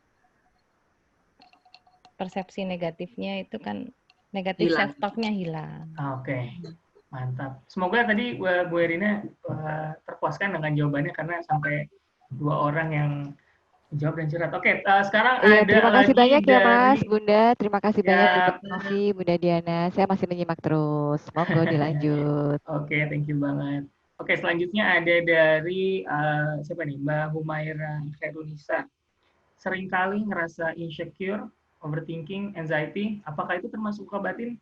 Monggo, mana Mbak Humairanya, boleh di-unmute dulu. Iya, halo Mas Fadel, Bunda. Halo Mbak Humaira. Ya. Saya ingin bertanya Bunda nih, kan kadang-kadang saya sering insecure gitu. Apalagi kalau misalkan lihat di Instagram banyak banget perempuan-perempuan kok cantik banget gitu ya. Terus orang-orang di luar kok aktif banget, kok saya enggak, misalkan kayak gitu. Terus kadang-kadang sebelum tidur itu saya suka overthinking, mikir sana sini. Padahal sebenarnya itu nggak penting sih Bun, pikirannya. Terus juga anxiety-nya berlebihan, suka keringat dingin dan sebagainya. Apakah itu termasuk luka batin, Bunda? Itu efek dampak. Bisa jadi begini. Kok saya yang jawab? Nggak apa-apa ya. Udah dilempar, nggak boleh, udah dikasih, nggak boleh dibalikin lagi, Bu. Oh gitu, oke. Langsung saya tangkap deh. Oke. Iya. Baik, itu sebenarnya dampak ya. Artinya begini,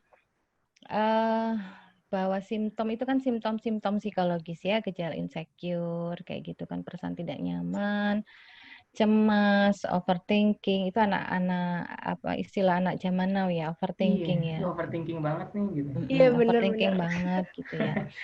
Tapi itu prosesnya sebenarnya panjang. Bisa jadi itu ada itu sebenarnya mekanisme kita dalam mengelola informasi dan mengelola masalah ya. Itu bisa jadi kita modeling dari proses orang tua kita, bisa jadi karena memang ada luka batin, bisa jadi karena sebenarnya kita tidak punya mekanisme coping yang pas, bisa jadi memang dari tipologi kepribadian itu banyak gitu ya. Cuman sebenarnya perlu dicermati manakala perasaan insecure itu muncul, overthinking itu muncul, cemas itu muncul, itu pada how, when, why, and what. Itu sebenarnya kita bisa tahu stimulusnya di situ. Jadi misalnya saya overthinking, insecure, cemas, kalau lihat tadi kan Dek Humaira, saya panggil Dek ya, biasanya kelihatan muda. Iya, masih. 17 loh saya. Oh, adek, nek, aku emak-emak so. Seumuran kita Bunda. Gitu ya, Masya Allah, alhamdulillah. Jadi kalau tadi kan Humaira sempat bilang bahwa saya tuh kalau lihat iklan perempuan saya cantik, perempuan sekarang cantik-cantik gitu ya, glowing gitu ya. Kemudian dengan body yang kayak gitu. Nah, itu muncul insecure tiba-tiba. Artinya pada stimulus itu muncul insecure, pada stimulus itu muncul overthinking, pada stimulus itu, padahal itu ya, itu muncul hal-hal yang tadi cemas. Oh, saya jadi tidak cantik, saya nanti nggak ada yang cowok yang suka saya. Terus saya ini berarti nggak bagus karena saya nggak cantik, tuh saya nggak punya uang untuk beli skincare. Nah, akhirnya overthinking. Jadi, nah tolong itu dicermati di hal apa yang sebenarnya secara konsisten itu muncul. Nah, Itulah sumber permasalahannya dan itu yang sebenarnya harus di-healing. Contoh misalnya Humaira, kok sekarang cantik-cantik? Ya iyalah, sekarang tuh yang penting ada duit, hidung bisa mancung, muka bisa glowing, kan begitu. Tapi kalau misalnya kita memaknai bahwa, makanya kan sebenarnya kalau saya sih begini, makanya pemilihan kontes-kontes itu kan sebenarnya brain, beauty, and behavior. Meskipun beauty-nya tetap seperti itu, tapi kan sebenarnya yang diutamakan adalah kita punya potensi apa, inner beauty-nya seperti apa, kenali diri sendiri dengan itu, self-healing the new me-nya itu loh. Kenali dulu diri, cintai diri sendiri. Insecure itu sebenarnya karena kita tidak mencintai diri sendiri. Be yourself, terima kita diri sendiri apa adanya, cintai dulu. Itu prosesnya seperti itu dulu, Mbak. Ya, jadi pertama kenali dulu perasaan itu muncul di hal apa, kapan, di mana, gitu ya. Nah, kalau secara konsisten muncul di satu hal, stresornya di situ. Bisa jadi stresornya mungkin ngeliat orang, aduh cantik, glowing, gini, kan kayak itu ya. Tapi kan berarti adik Humaira tidak benar-benar mengenal dirinya sendiri, belum mengenal accepted dirinya sendiri. Ini beda, ini bisa luntur, Mbak. Setelah ini saya bisa, muka ini sudah luntur kembali ke asli, gitu ya.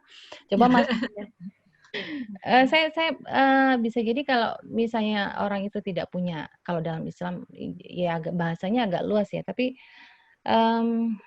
cantik kalau dia tidak menyenangkan, potensinya tidak ada, tong kosong, jadi kan juga nggak asik juga. Jadi the new me, find yourself, accept yourself, cintai diri sendiri, dan kenali dulu sebenarnya hal-hal seperti itu, efek tadi itu insecure, overthinking, segala itu muncul di hal apa, saat apa, gitu, karena apa. Itu dicermati dulu, Mbak. Oke.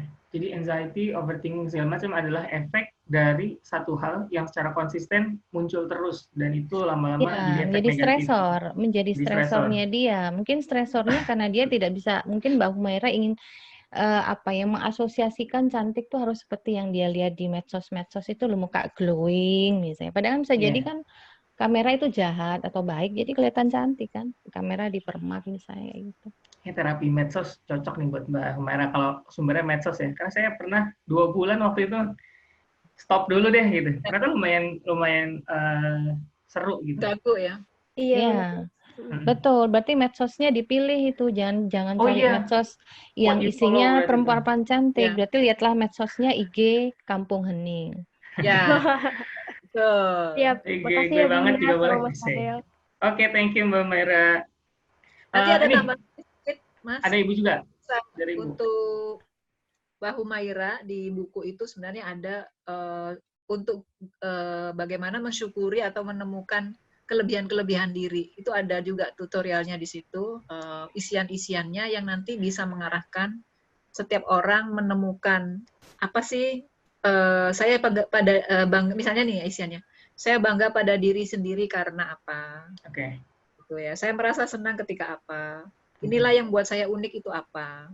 Gitu. Nah, itu ada pernyataan-pernyataan atau pertanyaan yang harus diisi di situ. Yang itu bisa membuat kita menemukan kelebihan-kelebihan diri yang harus disyukuri, yang akan kita syukuri nantinya. Itu kayak. Oke, baik. Berarti cara mengontrolnya itu dengan mengetahui diri sendiri dan self healing juga ya, dan bersyukur sih lebih ini. Salah satunya. Oke. Terima kasih Bunda. Cintailah dirimu apa adanya, terimalah dirimu apa adanya. Pengen nyanyi Just the Way You Are, abis ini jadinya ada ngabisin waktu. Nutupannya bernyanyi bersama. Ya, betul. Baik, makasih banyak ya Bunda dan Mas Fadel. Thank you so much Mbak Humaira. Selanjutnya dari Mbak Delen ini karena bagus nih. Ibu, kalau cara menghilangkan rasa bersalah saya di masa lalu, jadi sampai sekarang kalau saya ngerjain sesuatu pasti takut bersalah, dan ketika ada kesalahan sedikit pun jadi merasa benar. Ketika ada kesalahan sedikit pun jadi merasa benar. Dijelasin aja deh sini Mbak Delin, mana? Halo, masih ada di situ kan Mbak? Bisa di-unmute dulu. Saya nggak ini soalnya. Ada nih nggak Mbak Delin? Oh, ada. Ada. Oke. Ini mungkin konteksnya lebih ke yang di awal, menghilangkan rasa bersalah, forgiving mungkin Bu ya. Maafin diri itu gimana? Forgiveness. Memaafkan. Oke, gimana Mbak Delin, boleh diceritain sambil jalan-jalan tuh? Iya, maaf. Jadi sebelumnya gini, jadi saya tuh melakukan kesalahan. Jadi saya tuh sebelumnya pernah menikah. Terus saya tuh kabur dari tempat suami saya. Setelah itu, jadi sampai sekarang kalau saya mau ta'aruf sama laki-laki tuh saya kayak gimana ya? Tiba-tiba tuh si laki-lakinya tuh belum apa-apa udah ninggalin duluan gitu. Apa itu karena Itu perasaan yang ditakutin dari Mbak Delin? Takut lakinya ninggalin duluan gitu berarti ya? Iya. Oke.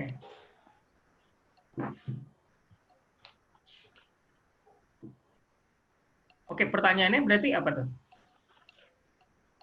Jadi cara menghilangkan kesalahan saya terdahulu, jadi apa-apa. Jadi kalau saya ngerjain apa-apa gitu kayak di kerjaan saya gitu ya, ada kesalahan sedikit tuh, padahal itu tuh masih kesalahan kecil gitu, tapi saya tuh udah panik duluan, padahal kesalahannya gitu nggak seberapa gitu, tapi kepanikan sayanya yang kayak berlebihan kayak gitu. Jadi untuk menghilangkan rasa bersalah saya tuh gimana ya? Jadi kayak ke mindset-nya kalau apa-apa, ih takut gini, udah takut duluan gitu. Jadi kayak banyak takutnya. Oke. Oke. Boleh. Oke. Saya bisa mungkin sedikit jawab, nanti Bu Diana juga kalau misalnya mau nyambung bisa. Ya. Monggo. Ini tuh sebenarnya berarti ada satu fase luka batin yang belum sembuh, yang terkait dengan rasa bersalah itu, sehingga itu tuh menjadi besar dan kemudian berdampak pada hal-hal yang lain.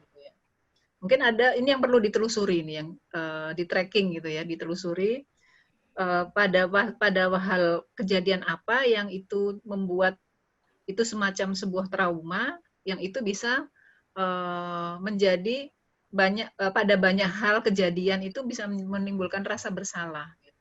Misalnya ada hal-hal yang kecil terjadi pun itu jadi rasa bersalah banget gitu. Nah itu kan menjadi tidak nyaman ya. Nah itulah yang mungkin harus di tracking atau ditelusuri. Trauma yang mana nih yang harus dirilis gitu. Ya. Apakah benar pada trauma itu atau rasa bersalah itu muncul karena kejadian di masa yang kabur dari pernikahan itu gitu ya. Apakah itu? Atau apakah ada yang lain? Mungkin itu ada kejadian-kejadian di masa kecil atau apa yang itu yang mungkin justru jadi sumbernya. Nah, itu yang harus di tracking dulu. Nah, kalau udah ketemu sumber utamanya, tracking utama sumber utamanya itu bahwa itu ya masalahnya, barulah itu dirilis. Itu pokoknya yang dirilis. Nah, kalau itu udah dirilis, maka nanti rasa bersalah terhadap hal-hal yang lain yang terjadi itu insya Allah juga akan hilang. Maksudnya nggak mudah merasa takut bersalah. Itu kalau dari saya seperti itu. Contoh misalnya, seperti tadi misalnya contoh aja kasusnya Yura tadi kan ya. Kasusnya Yura itu kan dia melakukan tracking. Sebenarnya apa ya yang membuat saya tidak berani mengeluarkan suara keras gitu. Nah, kalau dia mungkin trackingnya itu nggak sampai ke masa kecil yang ternyata itu ditemukan, mungkin belum bisa rilis gitu. Tapi salah satu proses tracking itu adalah dengan timeline ya Bu ya, dengan waktu ya. Jadi efek habis itu dibawa ke waktu nih. Apakah tahun lalu pas kecil segala macam. Oke, thank you Bu. Iya, gitu. Nah, itu ada toolsnya, ada caranya sebenarnya. Dan lumayan agak panjang kalau untuk melakukan tracking. Nah ya, kalau ngomongin metode nanti di bab selanjutnya ya, atau ikut kelasnya sekarang. Nah, betul. Tips sederhananya sebenarnya bini aja, ambil kertas kalau ingin men-tracking. Ini kaitannya dengan metode tracking, ambil kertas gitu ya. Terus kemudian kita bikin timeline sendiri aja. Di episode kehidupan kita dari hari ini sampai ke belakang, di momen atau tahun berapa usia kehidupan kita itu yang sebenarnya sangat bermakna menyumbang pengalaman atau peristiwa traumatis. Itu aja, misalnya di 3 tahun, 5, 9, 12, 13, seperti itu. Itu tips sederhananya. Nah, kalau tadi masalahnya siapa sih? Mbak siapa? Siapa Mas Fadil? Delin. Hah? Delin. Oh, Delin. Kalau saya menambahkan dari Bu Sofi begini, karena sepertinya berangkat tadi permasalahannya kan setiap ingin memulai satu hubungan baru dengan laki-laki, pasti muncul ketakutan ya, kecemasan gitu ya. Akhirnya nggak jadi gitu ya, bubrah, laki-lakinya meninggalkan, kan begitu. Nah, kalau kita telusuri kan sebenarnya kasusnya Mbak Delin ini karena sebenarnya berangkat dari kasus trauma pernikahan yang gagal. Iya, nah, kenapa gagal pun itu sebenarnya seperti yang disampaikan Bu Sofi, itu penyebabnya juga ke belakang ada. Bisa jadi misalnya, apakah sebenarnya profil suami kita itu mirip dengan profil orang di masa lalu kita yang sebenarnya tidak kita sukai. Bisa jadi begitu. Itu satu. Bisa jadi dua, skill kita dalam membangun interpersonal relationship itu belum cukup matang. Ya, sehingga itu menjadikan trauma. Itu yang kedua bisa seperti itu. Kemudian yang ketiga juga, tapi poin-poinnya dua itu aja dulu sebenarnya. Poinnya itu, sehingga kegagalan kita ini itu akhirnya terbawa, akhirnya kita tidak bisa build relationship dengan baik di pernikahan, dan itu trauma itu menjadi ke bawah. Nah, dinamikanya jadi seperti ini, Mbak Delin. Sebenarnya yang membuat lari bukan mereka tidak suka pada Mbak Delin secara personal loh ya, bukan pada secara individunya, tapi sebenarnya bagaimana menampakkan responnya pada laki-laki itu. Jadi misalnya ketemu Mas Fadel nih, ya begitu ngeliat Mas Fadel, wajahnya sudah aduh nggak ramah, nggak menyenangkan, terus nada suaranya juga tidak menyenangkan, karena misalnya bisa jadi di Mas Fadel ini ada hal-hal yang mirip dengan masa lalu kita, dengan suami misalnya. Sehingga vibrasi energi itu yang nyampe ke Mas Fadel. Jadi yang ditampak, setiap ketemu Delin mukanya jutek, ngomongnya judes, males lari, gitu loh. Nah, vibrasinya sebenarnya di buku Janumi itu kan ada vibrasi tentang energi. Makanya kenapa bisa jadi kita akan selalu dekat kalau kita bicara ilmu energi, vibrasi. Kok ada pengalaman ya Mas Fadel? Lanjut. Saya Diana kayaknya ini harus kita ulik nih Diana habis ini. Iya, secara khusus kita interogasi berdua. Nah, kalau ilmu energi itu kan sebenarnya begini, siapa Mbak Delin? Kenapa misalnya kita dekat dengan seseorang? Karena secara tidak kita sadari, kita akan mencari orang yang vibrasinya, koordinat emosi, koordinat kepribadian, apapun itu yang mirip dengan kita. Kan begitu. Ya, saya dengan Bu Sofi kenapa dekat? Karena ada satu yang chemistry yang klik, entah apa itu. Jadi ya gitu loh. Nah, sebenarnya meninggalkan itu sebenarnya karena vibrasi energinya Mbak Delin sendiri, pola reaksinya itu. Jadi sebenarnya bukan karena kepribadiannya nggak bagus, gitu loh. Gitu. Cuman kan karena tanpa kita sadari trauma masa lalu itu kita bawa dan otomatis muncul. Nah, pada saat kita merespon laki-laki itu, makanya sebenarnya itu di masa lalu itu bagaimana? Bagaimana? Memang suka seperti itu saya, jadi ya otomatis gitu loh, ostosmastis. Nah, saking otomatisnya menjadi ostosmastis, otomatis. Jadi otomatis, sehingga makanya stop dulu melakukan pendekatan dengan laki-laki, benahi diri dulu, membenahi diri dulu. Jadi bawa dulu ke di kegagalan hubungan dengan suami itu penyebabnya apa? Apakah kita yang sebenarnya tidak siap, gitu ya, sehingga kita tidak mampu mengelola, karena pernikahan itu bukan yang main-main gitu ya, dibilang gampang enggak, dibilang susah ya juga enggak gitu loh. Jadi butuh kematangan gitu, apalagi pernikahan zaman now ya, godaan itu kan banyak sekali.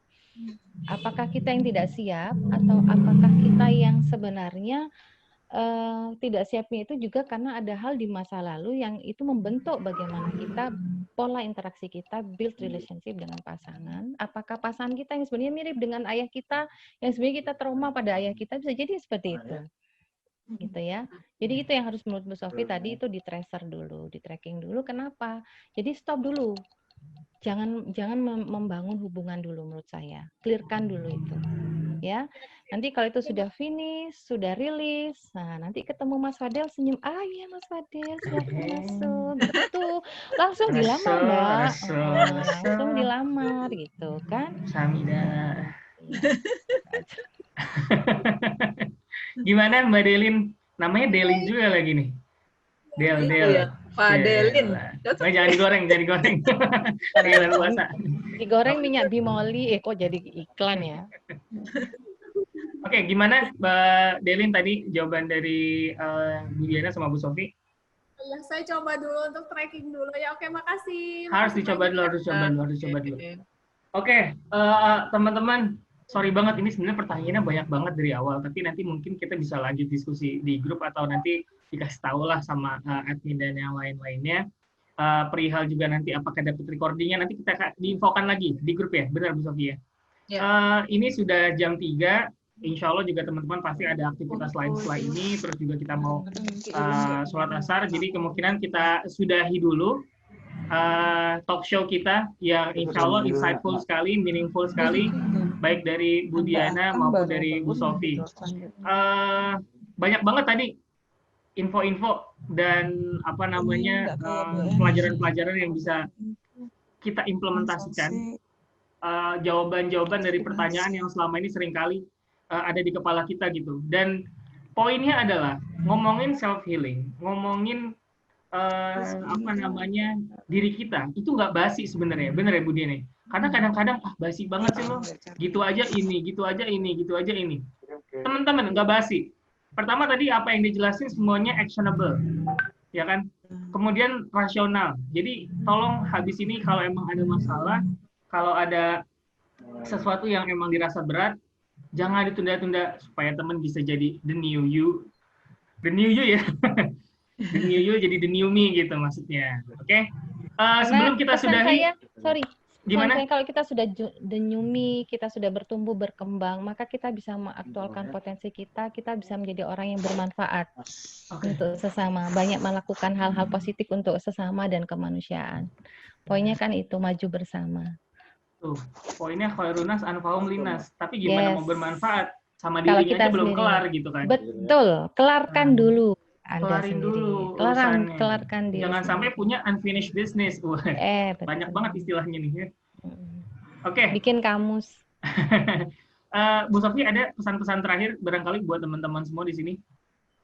Ya, buat teman-teman kalau misalnya ingin lebih jauh bertanya atau mungkin ada yang mau dicurhatin.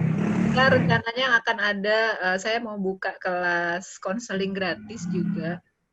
Tapi saya akan umumkan nanti, biar nanti bisa curhat-curhat, bisa kita coba untuk bantu menyelesaikan. Dan bisa juga melalui Mbak Bu Diana ya, di yang call center-nya itu bisa juga ya. Untuk call center, oke. Kebetulan nomor saya menjadi call center untuk UNESA Crisis Center. Jadi itu call center untuk penanganan karena efek pandemi ini kan pasti ada muncul simptom-simptom psikologis ya, kecemasan, stres dan segala macam. Nah, itu jadi call center saya. Cuman kalau nggak langsung dibalas jangan baper ya. Gitu, di tracer dulu. Nggak dibalas saya karena nggak langsung direspon Bu Diana gitu. Ya, nah dan juga kalau misalnya ingin self healing sendiri bisa juga melalui buku maupun besok juga masih ada ya selama 3 hari ya kita bikin kelas konseling dengan berbagai macam topik. Nah nanti teman-teman bisa nanti cek bisa bergabung di kelas yang mana dengan berbagai macam pembicara yang keren-keren tuh ya. Banget, insya Allah. Saran saya begini Bu Sofi, jadi tidak usah langsung hubungi saya. Teman-teman punya power, punya kekuatan untuk menghealing diri sendiri. Nah, salah satu caranya adalah resource-nya pakai ini. Ini saya mempromisi, saya nggak dibayar sama Bu Sofi, tapi saya baca ini, memang ini adalah salah satu tool. Jadi buat saya sebenarnya pergunakan, yakinlah bahwa Anda sebenarnya punya power untuk menghealing diri sendiri. Gusti Allah, Tuhan itu sudah menitipkan itu dalam diri kita. Sama dengan misalnya saya analogkan tadi. Manakala Anda sudah tidak mampu menghealing diri sendiri, salah satunya dengan teknik, misalnya menggunakan bantuan ini, barulah call professional helper. Barulah call saya. Oke. Keren. Tepuk tangan dulu saya kasih, tepuk tangan online. Nah, ada kan tepuk tangannya kan? Sudah. Saya pakai mixer makanya. Oke. teman-teman mungkin itu dulu, tapi sebelum kita sudahi, saya pengen teman-teman yang lagi depan laptop, mukanya, wajahnya yang ganteng, yang cantik, kita foto bersama dulu. Ya, kita foto bersama dulu, supaya nanti kalau diupload di Instagram enak. Jangan lupa setelah ini kita kasih gambarnya, teman-teman tag Kampung Hening tuh, supaya dakwah dan juga pesan untuk self-love, self-healing, untuk jadi the new me bisa tersebar luaskan, kan gitu ya. Oke. Kita foto bareng ya? Kita foto bareng, ya. Ini agak PR emang, jadi nanti senyumnya agak ditahan beberapa lama. Saya minta tolong itu aja sebenarnya. Nariknya berapa senti kira-kira?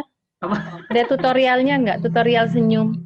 Tutorial senyum apa sih 227 ya Bu ya? 227 itu pas kayaknya. Iya. Oke, kita mulai ya. 227. Enggak. Oke.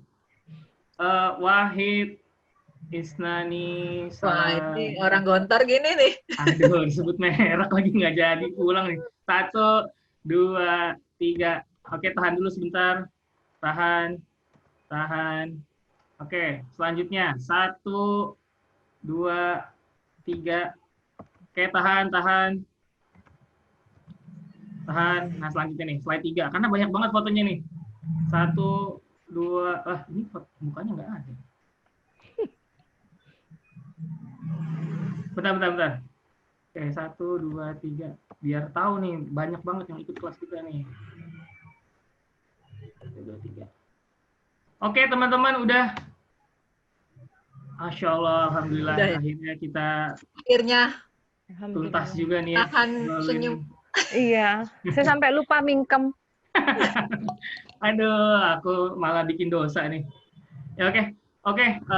Bu Diana, Bu Sofi, Kampung Hening semuanya, dan peserta terutama yang udah mau belajar siang hari ini, saya pribadi dan mewakili seluruh tim, terima kasih sebanyak-banyaknya udah mau berpartisipasi dan ikut dalam talk show ini. Tadi Bu Sofi udah menyampaikan bahwa setelah ini banyak banget event-event serunya, event-event insightful, bermanfaat, jadi jangan sampai ketinggalan. Dan yang terpenting, kita bolak-balik ngomongin self-healing, pakai itu segala macam. Ini buku The New Me-nya, ya, jangan sampai nggak punya. Karena banyak banget media-media keren yang teman-teman bisa pakai, mulai dari, karena tadi banyak ya, pertanyaan yang berkaitan sama teknisnya. Bu, caranya gimana? Insya Allah buku ini bisa ngejawab. Benar, Bu Sofi ya? Ya, insya Allah. Nah, gitu ya. Oke, mungkin itu aja dari saya. Selebihnya saya serahkan ke